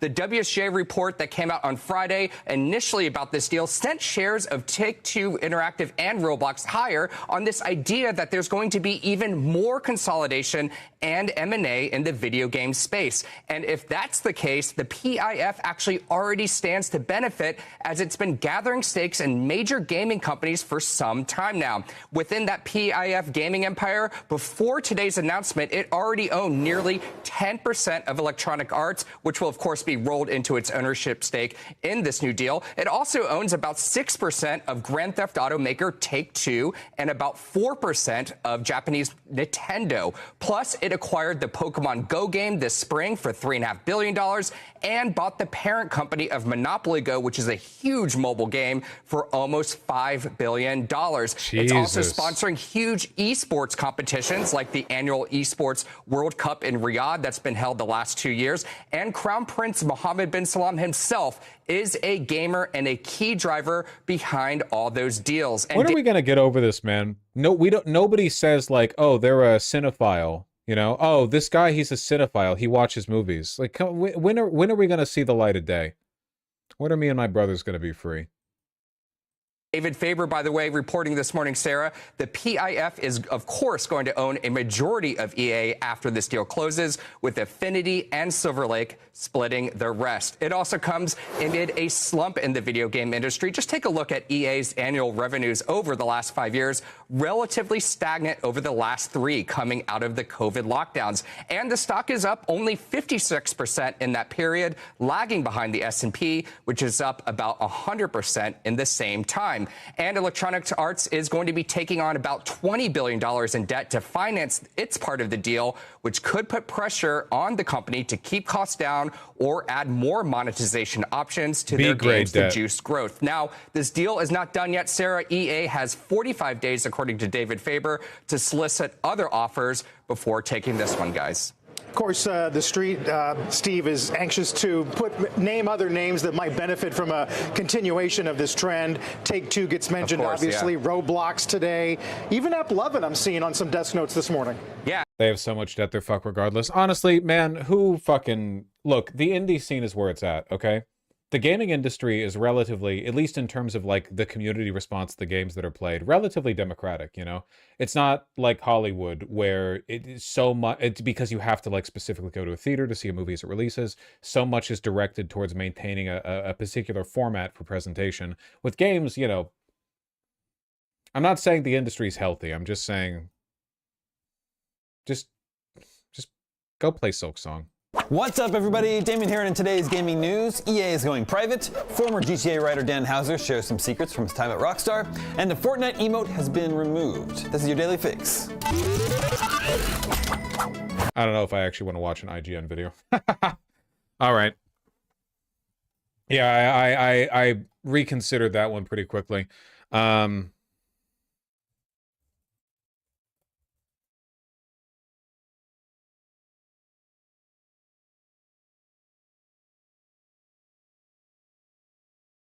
Fake gamer, real gamer. All right, I gotta run. I'll be here tomorrow, but I gotta finish fucking D&D prep. I will read all donations that were sent to me tomorrow. I apologize for the delay, but you know, you gotta design the tokens. You gotta finish designing the tokens. I'll reply to one dono because it seemed a little bit more pressing. For millions of dead raccoons, the $5. Does anyone in chat know if they can close the borders in the event of a military crackdown? Yes. Yes. I mean, you could illegally try to exit the country, but ports of exit from America are ports of entry to other countries. So if you were bypassing ports of exit from America, you're also bypassing ports of entry. That being said, realistically, if there was a military crackdown, there would probably be a huge exodus of people who would be avoiding the border crossings, you know? And just trying to declare themselves at like Canadian embassies or whatever. Me personally, I'm going south, baby. I'm going to Mexico City. I'm gonna be a colonizer. I'm gonna go raise their rent prices. All right, everyone, take care. I will see you guys tomorrow. Tomorrow, in all likelihood, it's going to be government shutdown time. It's only 6 hours. Only 6 hours away. Only 6 hours away till the government shuts down. Yippee! Yippee! Take care.